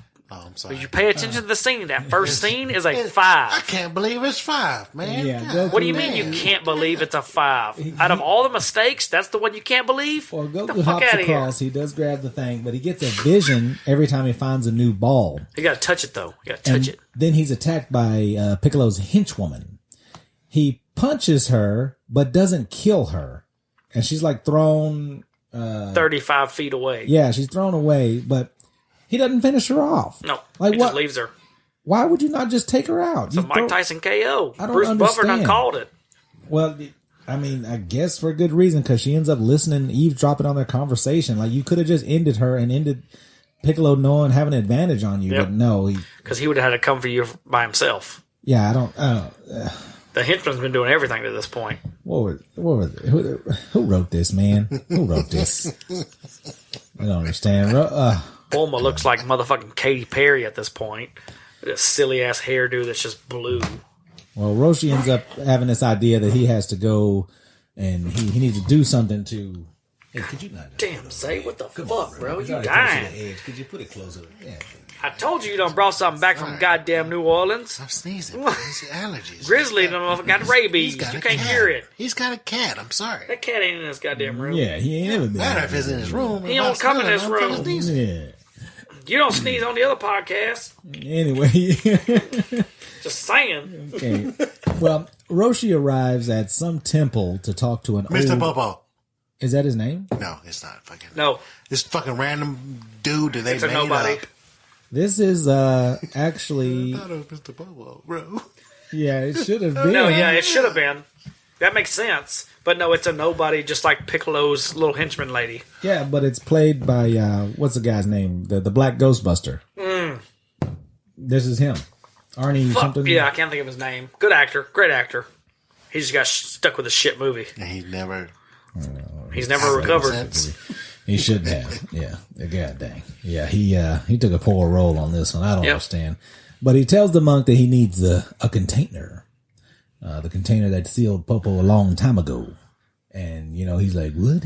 That will consume all of your life force if you use that. And, so I guess it's putting some kind of risk reward on us now, because we know if Roshi uses it, it could kill him. Bro, that is the second, I repeat, the second soul patch in this goddamn movie. This is 2009. Remember, that was when the soul patch was popular. It is the most disgusting, ugly ass motherfucking beard option that they offer. It is just the chin hair in a little strip, like a runway. Terrible. Well, we Second end one. up seeing Chi-Chi, and she's fighting a tournament where she wins a round against Piccolo's henchwoman, who took Chi-Chi's blood during the fight. Which we don't know the name of. And Yeah. how the hell does she get here so fast? Well, and she has a fingernail that she just cut her forearm. I don't know how she did that with that. Wait. They have 3 referees that's supposed to know when something illegal is going on, and she slices She's the got person. Do they not do the UFC protocols where they check your hands and shit to No, make sure you don't have a goddamn slicing blade ring on? Yeah, The fuck I kind of bullshit ass fighting tournament is this? This is not sanctioned. Exactly. This is the same as cockfighting. Well, the henchwoman ends up stepping out of bounds, causing the forfeit, and Chi-Chi After wins. she cut her. Yeah, she collected her blood for something. I guess we'll find out later what that blood was used for. But she ends up talking to old Goku, and they reunite about their fighting history and She's stuff. feeling it. Yeah, they're connected. She's feeling it. And again, she has on the most inappropriate shirt for a battle. She's showing all kinds of cleavage. They're trying to sexify Chi-Chi.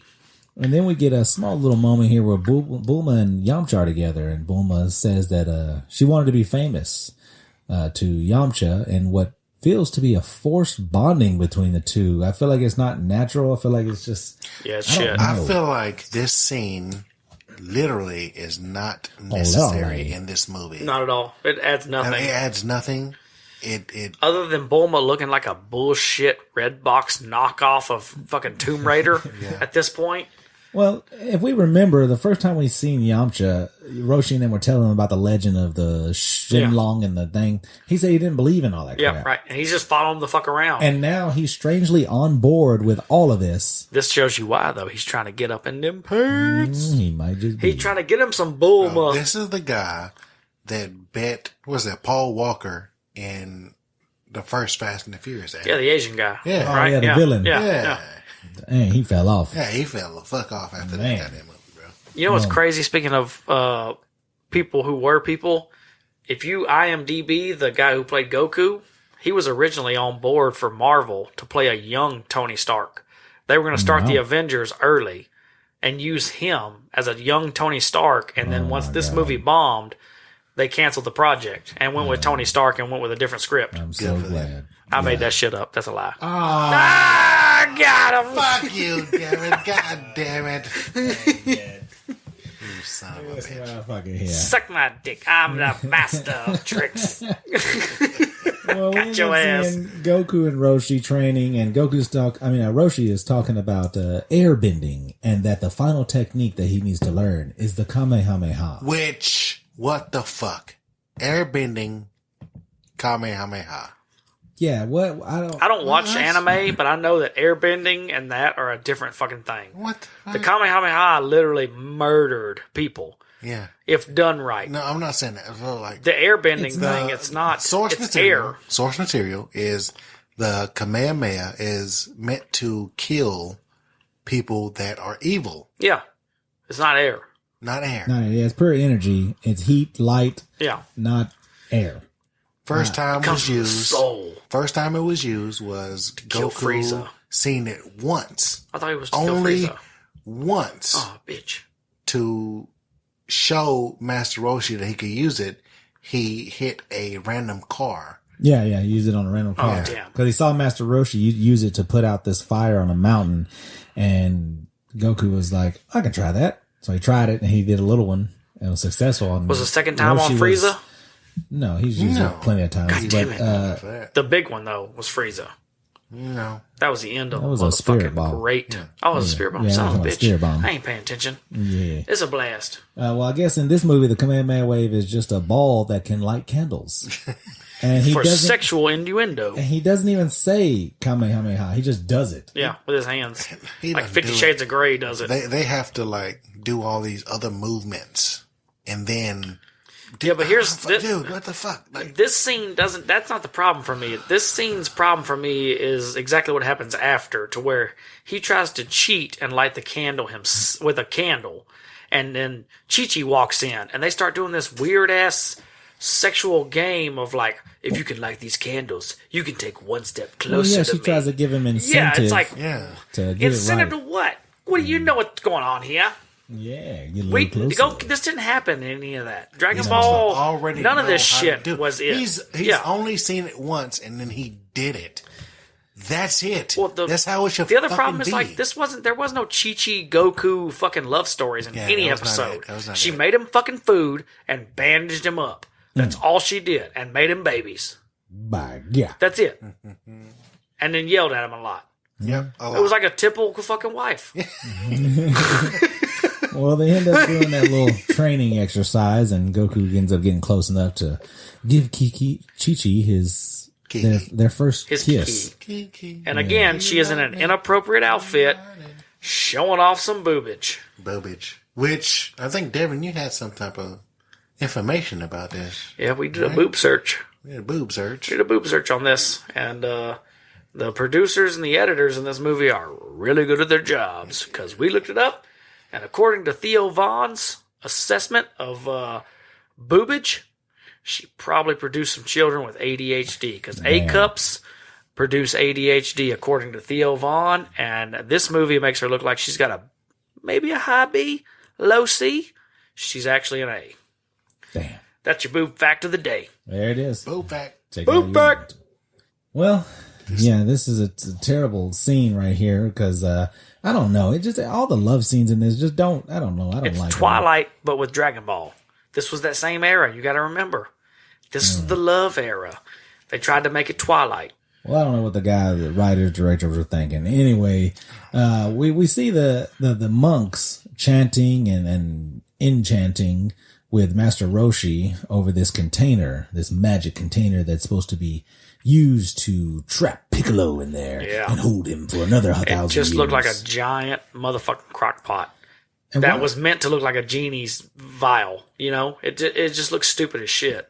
well, why is this the solution? Why is it always to contain him? Why not try to find a way to kill him? Yeah, and for sure. If you know the Dragon Balls make a wish and you know Piccolo is trapped somewhere, like before he got out, why not make the wish to get rid of him? Yeah, well, go get the Dragon Balls and then be like, hey, we wish Piccolo would fuck off and die. I don't understand. We wish our world was protected from all threats for the until the end of time. There you go. That's a good wish. Your Great wish. is granted. But let me tell you, people are fucking stupid. That's why. The writers are stupid. That's for sure. When they do this writer strike that's going on now, these guys right here, they don't deserve to pay. Yeah. They don't deserve to pay. Only give jobs to the people who write actual good shit. We're tired of prequels, sequels, remakes, and all that bullshit. We want some new motherfucking content. We want some more of everything, everywhere, all at once.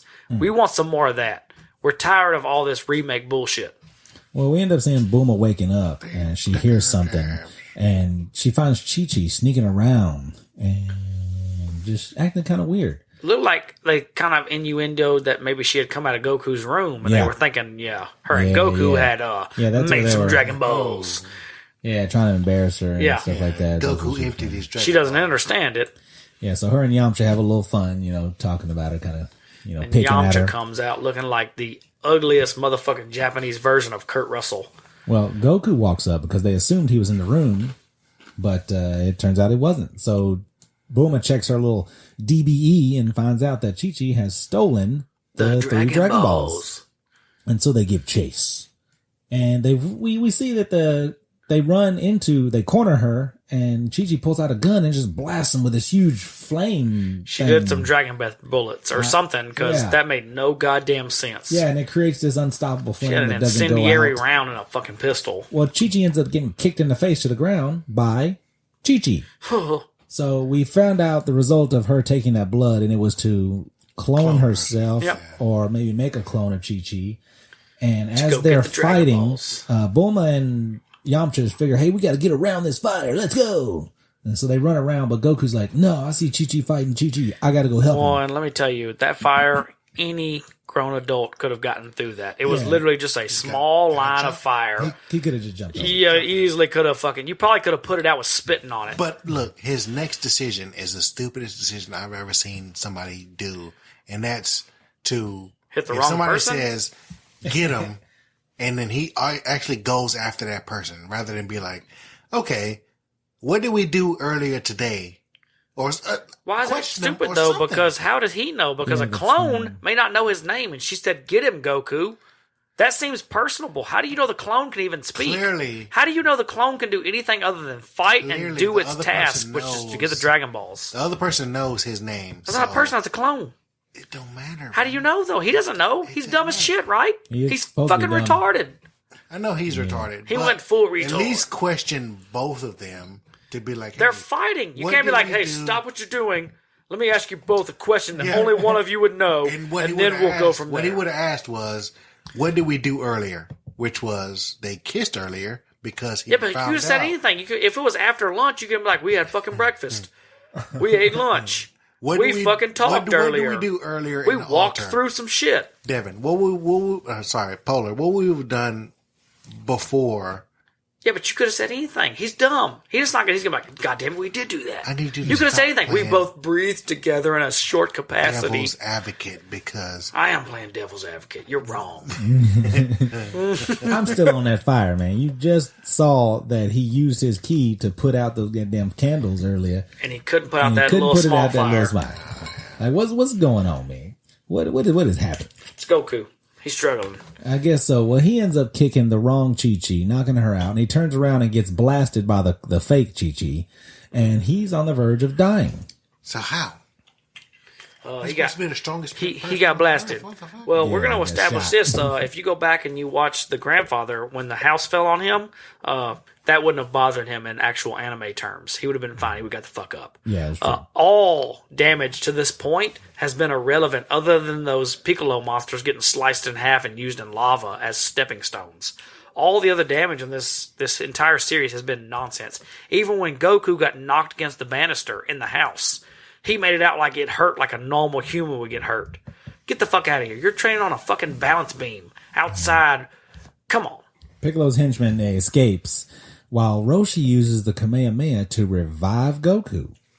Since when could that move revive people? That's new. It's a new thing they added. It was part of the story. It made sense.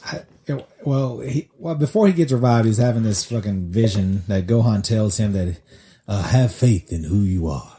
Remember, Simba. So he sees you are my son. So he's not dead, but he sees his dead grandpa. Yeah. He goes into another realm. It's not his turn. He ate the flower like in Black Panther. Well, Bulma tells them that Piccolo has all 7 Dragon Balls, and the monk tells Roshi there should be enough to contain Piccolo. This is not Mr. Popo? Well, hold on. Serious? Go back. How did he bring him back with the Kamehameha? Yeah, that's what we're saying.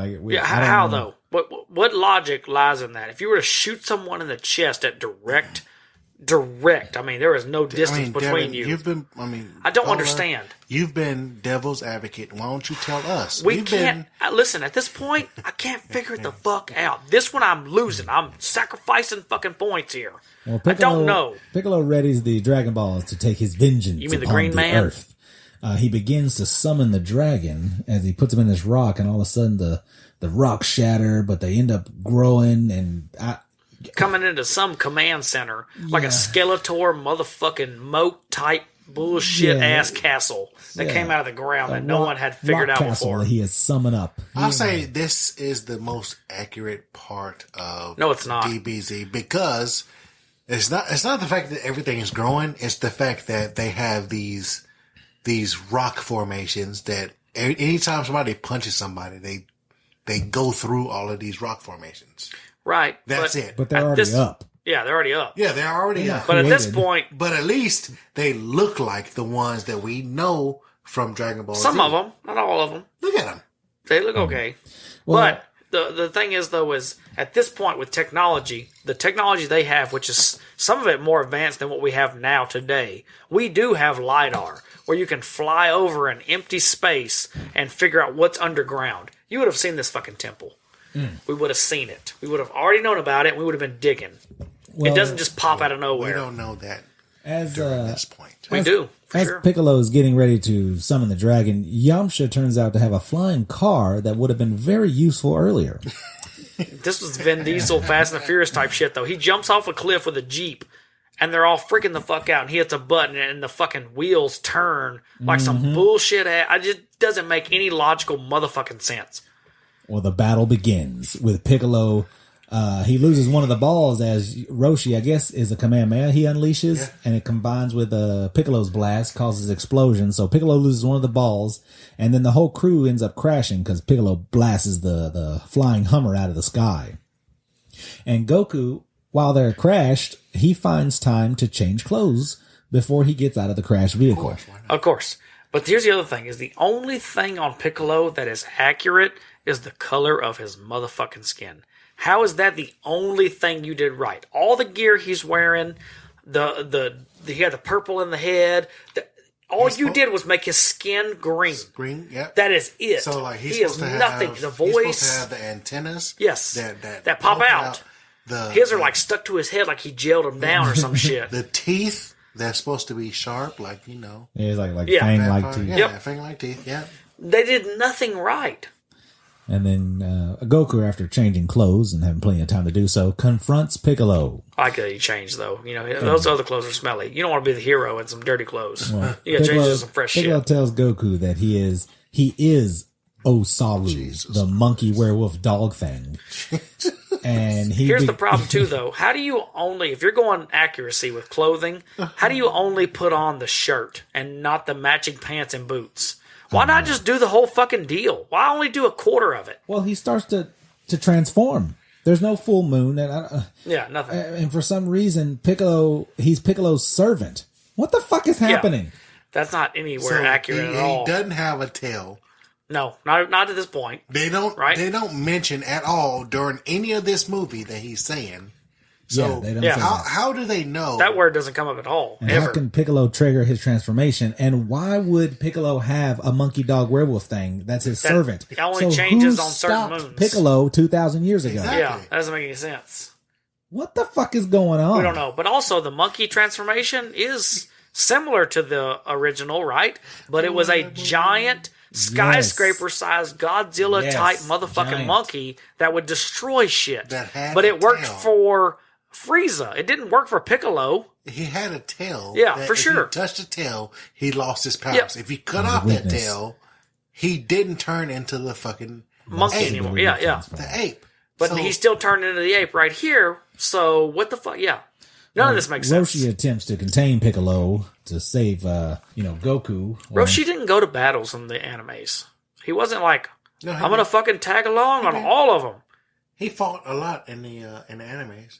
And where? Yeah. A lot of them.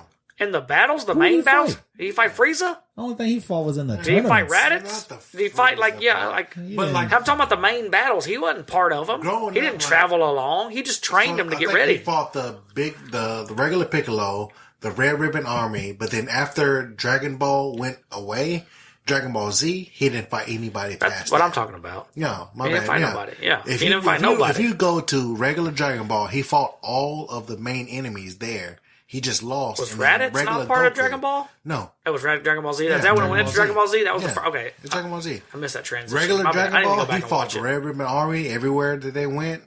But past that, The best part about this movie, though, for me, is that watching it, Mandy watched it with me, and she just never watched the anime, and she watched this movie, and she's heard all of us talk about how great the anime is and how fucking, life-changing it is. And she watched this movie, and she saw how we all reacted. Now she wants to watch the anime. So I'm like, let's fucking go. Let's watch that bitch, dog. I'm in. Well, after Roshi attempts to contain Piccolo, Osaru, or Goku, chases after Bulma and Yamcha, and Roshi gets cornered by Osaru, or Goku, this bullshit. and he talks him back into being himself. After he gets choked to death. He was getting choked, but he was still talking. Yeah. He was like, come on, you use yourself. Use Yeah. the power within But let's establish that again. He was being choked to death Use the power within and could still talk. What the fuck? I will allow you to choke me at this moment to see if I can talk. And I guess You should have said no homo after that. Osaru killed Roshi, choked him to death, strangled him, and he reversed the transformation though. But Bulma and Yamcha are fighting Piccolo's henchwoman. Which is who? That's Henchwoman. Henchwoman. Yep. She is a nobody that no one knew who the fuck So it Goku's is. back to normal. He doesn't have any ripped clothes from turning into this bigger. They grew with him. They grew with him. Yeah, I don't understand. That's what that. happens. It ripped whenever he grew. But They were 60% polyesters. They fucking grew. Okay, they were super stretchy and it worked. everything is wrong with this fucking. Yeah, and Piccolo just continues to blast him. Not really fight him, but just keep blasting at him. Then we go back to Bulma. No strategy, who's right? Yeah, missing just- 1,000 shots. She's doing the same thing as Piccolo's doing, just fucking shooting and missing. Yeah, but 1,000 of them. what kind of guns does she have, and how far in the future are we? Because a normal pistol isn't holding that many bullets. She's shot at least 120 fucking times in this movie, and we've never seen her reload. Well, she's got And it that doesn't even look like capsule corp it doesn't technology. even look like it has a clip. So I don't know what she's shooting, but she's got something. Well, then we see this horrible mid-air battle between Piccolo and Goku. Which It was is, a good version of what actually happens in the anime. Oh Jesus, dude, that was so bad. Yamcha ends up killing the henchwoman while she's distracted, almost going to kill Bulma. Do you know what that fight scene reminded me of, though, in the air? Was that bullshit Matrix scene where him and Mr. Smith were punching each other on the way down? And they were just in a circle, and you could tell they were on some kind of cable system, and they were just doing this. That's what it reminded me of. Just so That's bad. exactly what it was. They're on So wires. bad. Well, Goku's losing this fight, and he, I don't know, gets this fucking vision from his grandfather or something that tells him, you have, he says it himself. He says, I'm Osaru, I'm Goku. I have to be two to be one with myself. I have to be two to be one with myself, is what he says. What Hold kind on. of stupid shit is this? Does anyone know what the fuck that means? Nope. Because I don't understand it, and I've never heard it from anyone who makes any goddamn sense. That sounds like some shit you would hear from a meth head after you give him $1 on the corner while you're fucking heading to the Nashville Zoo. I mean, that is fucking what? Well, Piccolo flies up in the air, and all of a sudden Goku starts summoning this energy, and he finally says what he's supposed to say to summon the Kamehameha attack. But he jumps right towards Piccolo Yeah. with the attack. Like it's a beam. It shoots. You don't have to jump with it. He jumps with it, goes into Piccolo's blast. Goes through it. Yeah. No damage taken. Right to Piccolo and defeats him. Which is the worst CGI. Because he falls Ever. and lands. Yeah, he falls and lands. So he's no damage taken. No, I mean, the blast hitting another blast would always damage you, no matter what. You're getting something. You get his clothing torn, hair damaged. You might have some dirt on you. Yeah, and then he goes up, and he's got the worst fucking mullet in that scene where he looks up at the sun. It's not mullet. To see. That's Goku's regular hair. That's shit hair done by some bullshit ass motherfucking Paul Mitchell ass person in California who thinks they know how to make some shit. This is terrible. They don't. All of it's bad. Well, after they defeat Piccolo, the eclipse is over, and Roshi has died. Why does everyone go to his legs? Well, he's got some real powerful legs, and they meant a lot to a lot of people. No one goes to like his head or his chest. Like they all go to like his ankles and legs, and they're like, "God damn it, he's dead. The legs We're so are the sorry." most powerful of anybody's. You're making shit up. I'm not buying it. You're not doing what I do to you. You're not getting me. That's a trick. Shit. Well, That they get was the stupid as idea that, as Roshi's laying dead, that the dragon can make one wish happen. So they decide to summon the dragon, which this dragon, like the rest of the movie, looks like shit. Yep. Yeah. Who come up with these designs? Who is the art design? Who did this? Who did the effects? Who wrote this? Who The directed this? same Get person them who outta here. did the first X-Men. Well, get this. Goku wishes to give life to Roshi. Why not wish for the people that Piccolo killed to be brought back to life? Yep. This is the second clue that I realized that everyone. Goku did not care about his grandfather. Yeah. Because he could have just wished Everyone back. everybody You could have everybody- Thanos'd it, snapped, and brought everybody back. But instead, he just uses it to get Roshi. And the dragon looks like shit. It ain't green. It's not. You It's don't have to just run on white. it. You remember you had to run on it, right? In the intro of the Yes. he could So run like, on it. yeah, I mean, it was long enough. It was like the Great Wall of China. You had to run on that This motherfucker to one's get to maybe him. 12 feet or something. Yeah, this one's a tiny ass fucking. It looks like a Loch Ness monster. So after the dragon grants the wish, Roshi does awaken, and the Dragon Balls do disperse like in the anime. So at least we got one thing right. But after they realize that Roshi's up and they're all good, Bulma asks if they're ready to find Dragon Balls again. But the Dragon Balls shouldn't be usable or traceable for another year. Yeah. It's supposed to turn into stone. No, she went straight into search mode. It's supposed to turn into stone, and then it goes away, and then you have to search for it a year later. Yeah, but I guess they're just unlimited wishes as long as you keep finding them. Again, here too, you see that Goku is in the correct gear for the original anime, except for everything but the shirt. The shirt, it's like, dude, you couldn't match the goddamn pants and the boots? What are you doing? Mm-hmm. Why? And after all the build up with Chi-Chi, why was she not a part of the final scene? Why was she not there? And again, you see those B pluses that are actually A's. Yes, in the final scene of the movie, Goku finds Chi-Chi training like the world wasn't in danger. Like they were on a fucking mission to save the world, and you're just like, oh, I'll just stay back here. We're good. He walks in some goddamn Gap fucking mannequin bullshit. What the fuck is going on, dude? This is not anything like. And they can start making out. How many times did you see, we talked about this, how many times did you see Goku kiss Chi-Chi in all of your Dragon Ball Z journey? Never. Weird. How many times did they kiss in this goddamn movie? Like 4 times. He blew out the candle with the Kamehameha to lay it down. She probably got Gohan in her. He blew out the fire in her loins. Yeah. Oh. She's probably got Gohan in her right now. Just saying. He might after all that kissing. But the final scene is Goku and Chi-Chi begin to spar at the end. And it stopped right before they make contact. Like this was something everyone wanted to see. Like, oh, we couldn't wait for this fight. I hope in part 2 we get to see Chi-Chi and Goku go at it. This is going to be amazing. Next time on Dragon Ball Evolution. Yeah, right. Nobody wants to see that shit. He's still not in the right gear as well. If she was as strong as they made her seem like in this, she would have been a part of the last part of this movie. Yeah, she would have been fighting helpful. Piccolo. Yeah. Help She was defeat nowhere Piccolo. to be seen. Well, she was recovering from the pounding Goku gave her in their last training session. And the credits roll on Dragon Ball Evolution. Oh, fuck. How So- miserable. At this point in time after the movie review, we do bring up some facts. Which I think we've had enough facts. Yeah, we fact checked the fuck out of this movie. This movie is fucking the worst decision ever made. I don't see how. This is on the same par as like Green Lantern, but even Green Lantern seems like a fucking Academy Award winner compared to this bullshit. This is nonsense.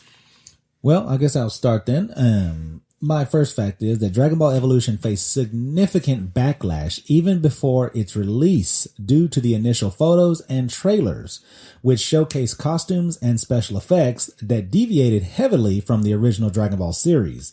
This led to a petition with over 10,000 signatures calling for the film's cancellation. The film was heavily criticized for its whitewashing of Asian characters. In the original Dragon Ball series, many characters are clearly depicted as being of Asian descent, but in the film, the majority of the main cast, including Goku and Bulma, were portrayed as non-Asian actors. These are the same people who are working Netflix right now. Hey.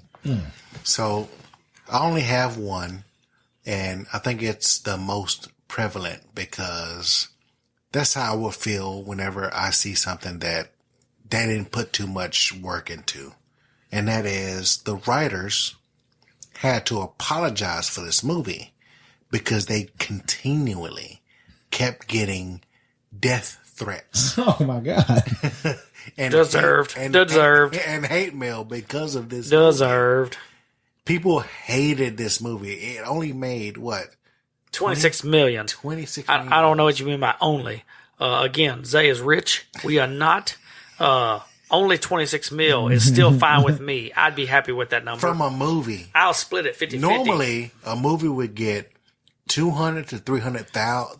200, 300 million. Not if you knew, let's spend 30 grand on this, promote it in a way that we can get at least 23 mil profit. Dude, 200 and let's go. $1 million is what but if you people were, expect. If you're thinking what I'm thinking, you still made millions. You didn't make hundreds of millions, but you still made millions. And now your name is synonymous with the worst movie ever motherfucking made. I'm surprised they even made money. But it's the least amount of money any company has made. I think it's a negative. I forgot to mention there was an end credit scene where we see the mother from the village, who I guess didn't get shot, is taking care of somebody in a bed, and she brings him like hot soup and a warm rag or something, and it rolls over, and it's Piccolo. So Piccolo survived, and I guess they... Why would she be helping a random green man? Yeah, I don't... Please explain that to me. If a random green man showed up in your motherfucking yard, would you just bring him inside and give him a warm rag and some water? I don't know what the fuck's going on with this movie. Also, here's my biggest problem with this movie. I don't have any fucking facts. Throughout this entire movie, where were sensu beans? Where was Korin? Where was Mr. Popo? Kami? Yeah. You literally could have healed all your wounds with a sensu bean. Krillin. Jesus Christ. If this movie, it was good writing, directing, you missed every motherfucking metric possible for making a decent movie where everything has already been done for you. How do you take something that is already complete and successful and turn it around and make it the biggest disaster ever? I think we've already talked about this, is that if you go off of source material, if you go off from source material. Yeah, but even then, you're not smart enough to become the most popular anime in the world. You can't say that. Well, anime, yes, but if you talk about like coming off of source material, you look at like the original X-Men. That movie made a bunch of fucking money because people were desperate. It was terrible, but people wanted that. So this guy went off the same premise. Oh, we got a $30 million budget. I can clearly make profit here. What can I do? And he didn't think about what he could have done for future generations as well. Nobody wants to see no more live action anime shit. Stop it. I haven't. The only one I don't even know. The Witcher's not anime. That's a book. Yeah, and they went off source material. A single successful anime brought to live action that is good and recommendable. Well, say that. But I have a second fact here, and it's that the legendary martial artist and actor Jackie Chan initially showed interest in the role of Master Roshi, but turned it down due to his dissatisfaction with the script. Also, it was Jet Li who was supposed to do this also. Who was he supposed to be? Goku. I've been better than this dude. I mean, yeah. I don't know about that. Also, the guy from Smallville, I forget his name. He was supposed to be Goku also. They tried to get him, but they couldn't get him because he was doing Smallville, which was a clearly better. Yeah. That's the Superman dude? Yeah, Superman. I heard they were going to get the dude who played Lex Luthor in Smallville to be Piccolo. Yeah, I made that up. Yeah, I don't even know who the fuck that dude is. No. I don't even know that guy's name. Who's Hellboy? What's his name? Who cares? I made it up. Yeah, it doesn't matter. My fact number Who's 3. Hellboy? Hellboy? What's his name? Oh, Ron Perlman was actually. He was they were supposed looking to at him for Piccolo. Yeah, they was looking for him for Piccolo. Good thing he picked Hellboy. Yeah. Well, Smart number move. 3, the original creator of Dragon Ball, Akira Toriyama, was involved in the early stages and development, even designed the visual concept for Piccolo's look in the film. However, he later expressed disappointment with the final result and stated that he had nothing to do with the screenplay. That's how you know they were like, hey man, fuck everything you've already done. It's awesome, but we don't give a fuck. We're just going to make 20 mil off this. We could make 300 mil. We're going to make 20. We don't care. We're just trying to break even or make profit. Number 4. Stupid. A video game adaptation of the film, also titled Dragon Ball Evolution, was released for the PlayStation Portable in 2009. The game received negative reviews and criticism for its gameplay and lack of faithfulness to the source material. I don't even remember that. Yeah, me either. Nobody. Well, I mean, I had a PSP, but yeah, I don't remember that. I just played Twisted Metal all the time. And then my last fact is that Dragon Ball Evolution won the Golden Raspberry Award for Worst Prequel, Remake, Ripoff, or Sequel at a 2010 Golden Raspberry Awards, which recognizes the worst films of the year. The negative reception and poor box office performance of Dragon Ball Evolution led to a resurgence in interest for the original Dragon Ball series, prompting the release of Dragon Ball Z Kai, a remastered version of the anime series, and eventually the continuation of Dragon Ball franchise with the successful Dragon Ball Super. Yep. 100%. That was nice. I remember that one. That was crazy to think that they fucked up so bad.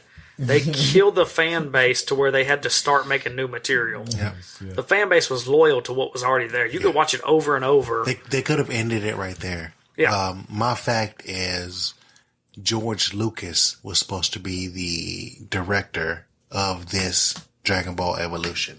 Well, seeing how bad it is now, like, he probably could have done better. He got the script, and he was like, nah, I'm out. Listen, I can't fuck with this. Yeah. Not ruining my career over this shit.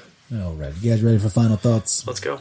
My final thoughts are, I think if you look at this movie, not as a fan of Dragon Ball, but that if you just walk in from the streets and say, you know, I'm going to see a movie, and you may think by the end of this, you wasted all your damn time. Because it was crap from beginning to end, and whoever wrote and approved this should be shot into the sun.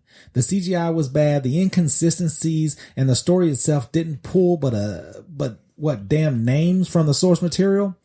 This is worse than a bad one. You know, this just sucked. I give it a thumbs down. I will say that this is a bad one. Polar, if you could use ki to blast people and objects, would you destroy every copy of Dragon Ball Evolution, or would you say it was a good one?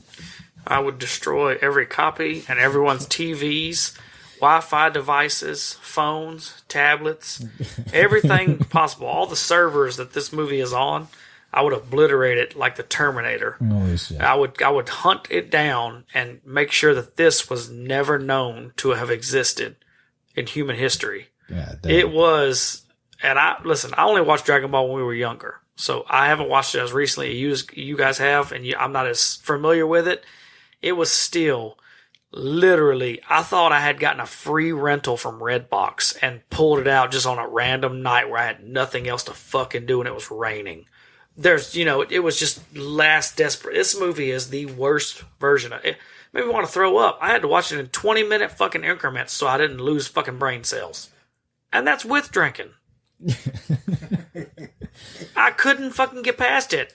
I was eating edibles, mushrooms, drinking. I couldn't get past it past 20 minutes.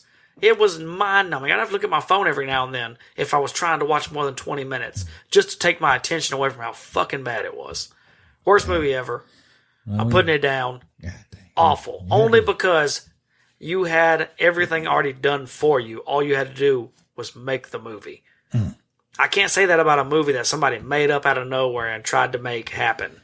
Go for it. That's a good one. But this is bullshit. Yeah, you had to drink watching this one. Oh, yeah, there's no option. You know, you told yourself you wasn't going to drink, but I know you don't listen to no alcoholic. Yeah, you're damn right. So, you're damn right. Grizzly, I don't know what they're talking about. If your grandfather put his balls in your hand, what would you say if he asked you if Dragon Ball Evolution was a good one? Oh, that's gross. I would take those. How many balls he got? Just 2? Stuff it down his goddamn throat because rough. movie is. I've never seen anything like. I've never viscerally hated anything more than I've hated this movie.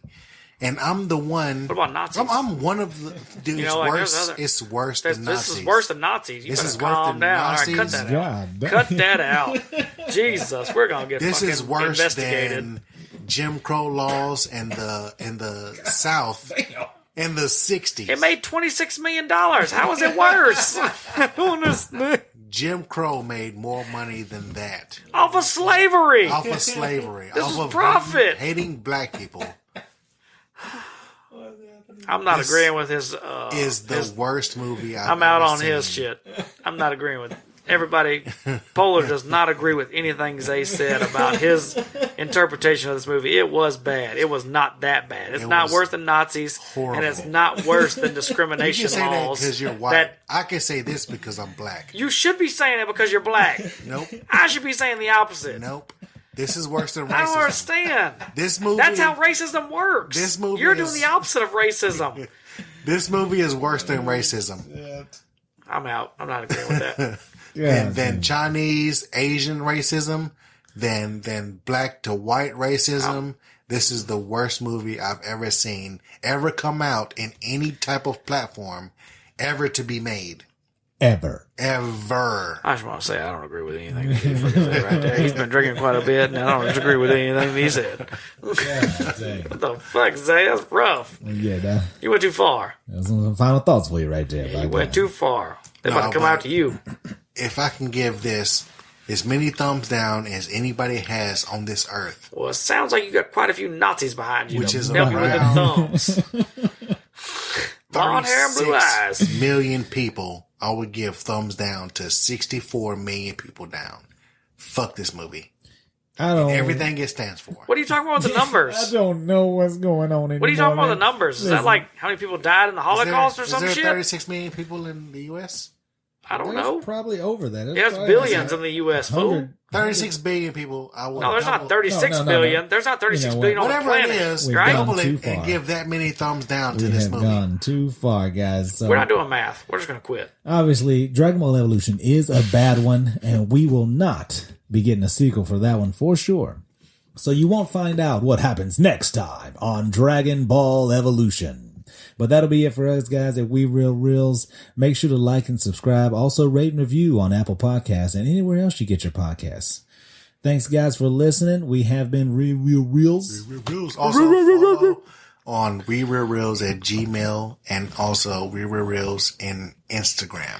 And the collectors and shots and squats. And Panda's out. Grizzly. What up? Polar. I'm out. Going to bed. Damn it.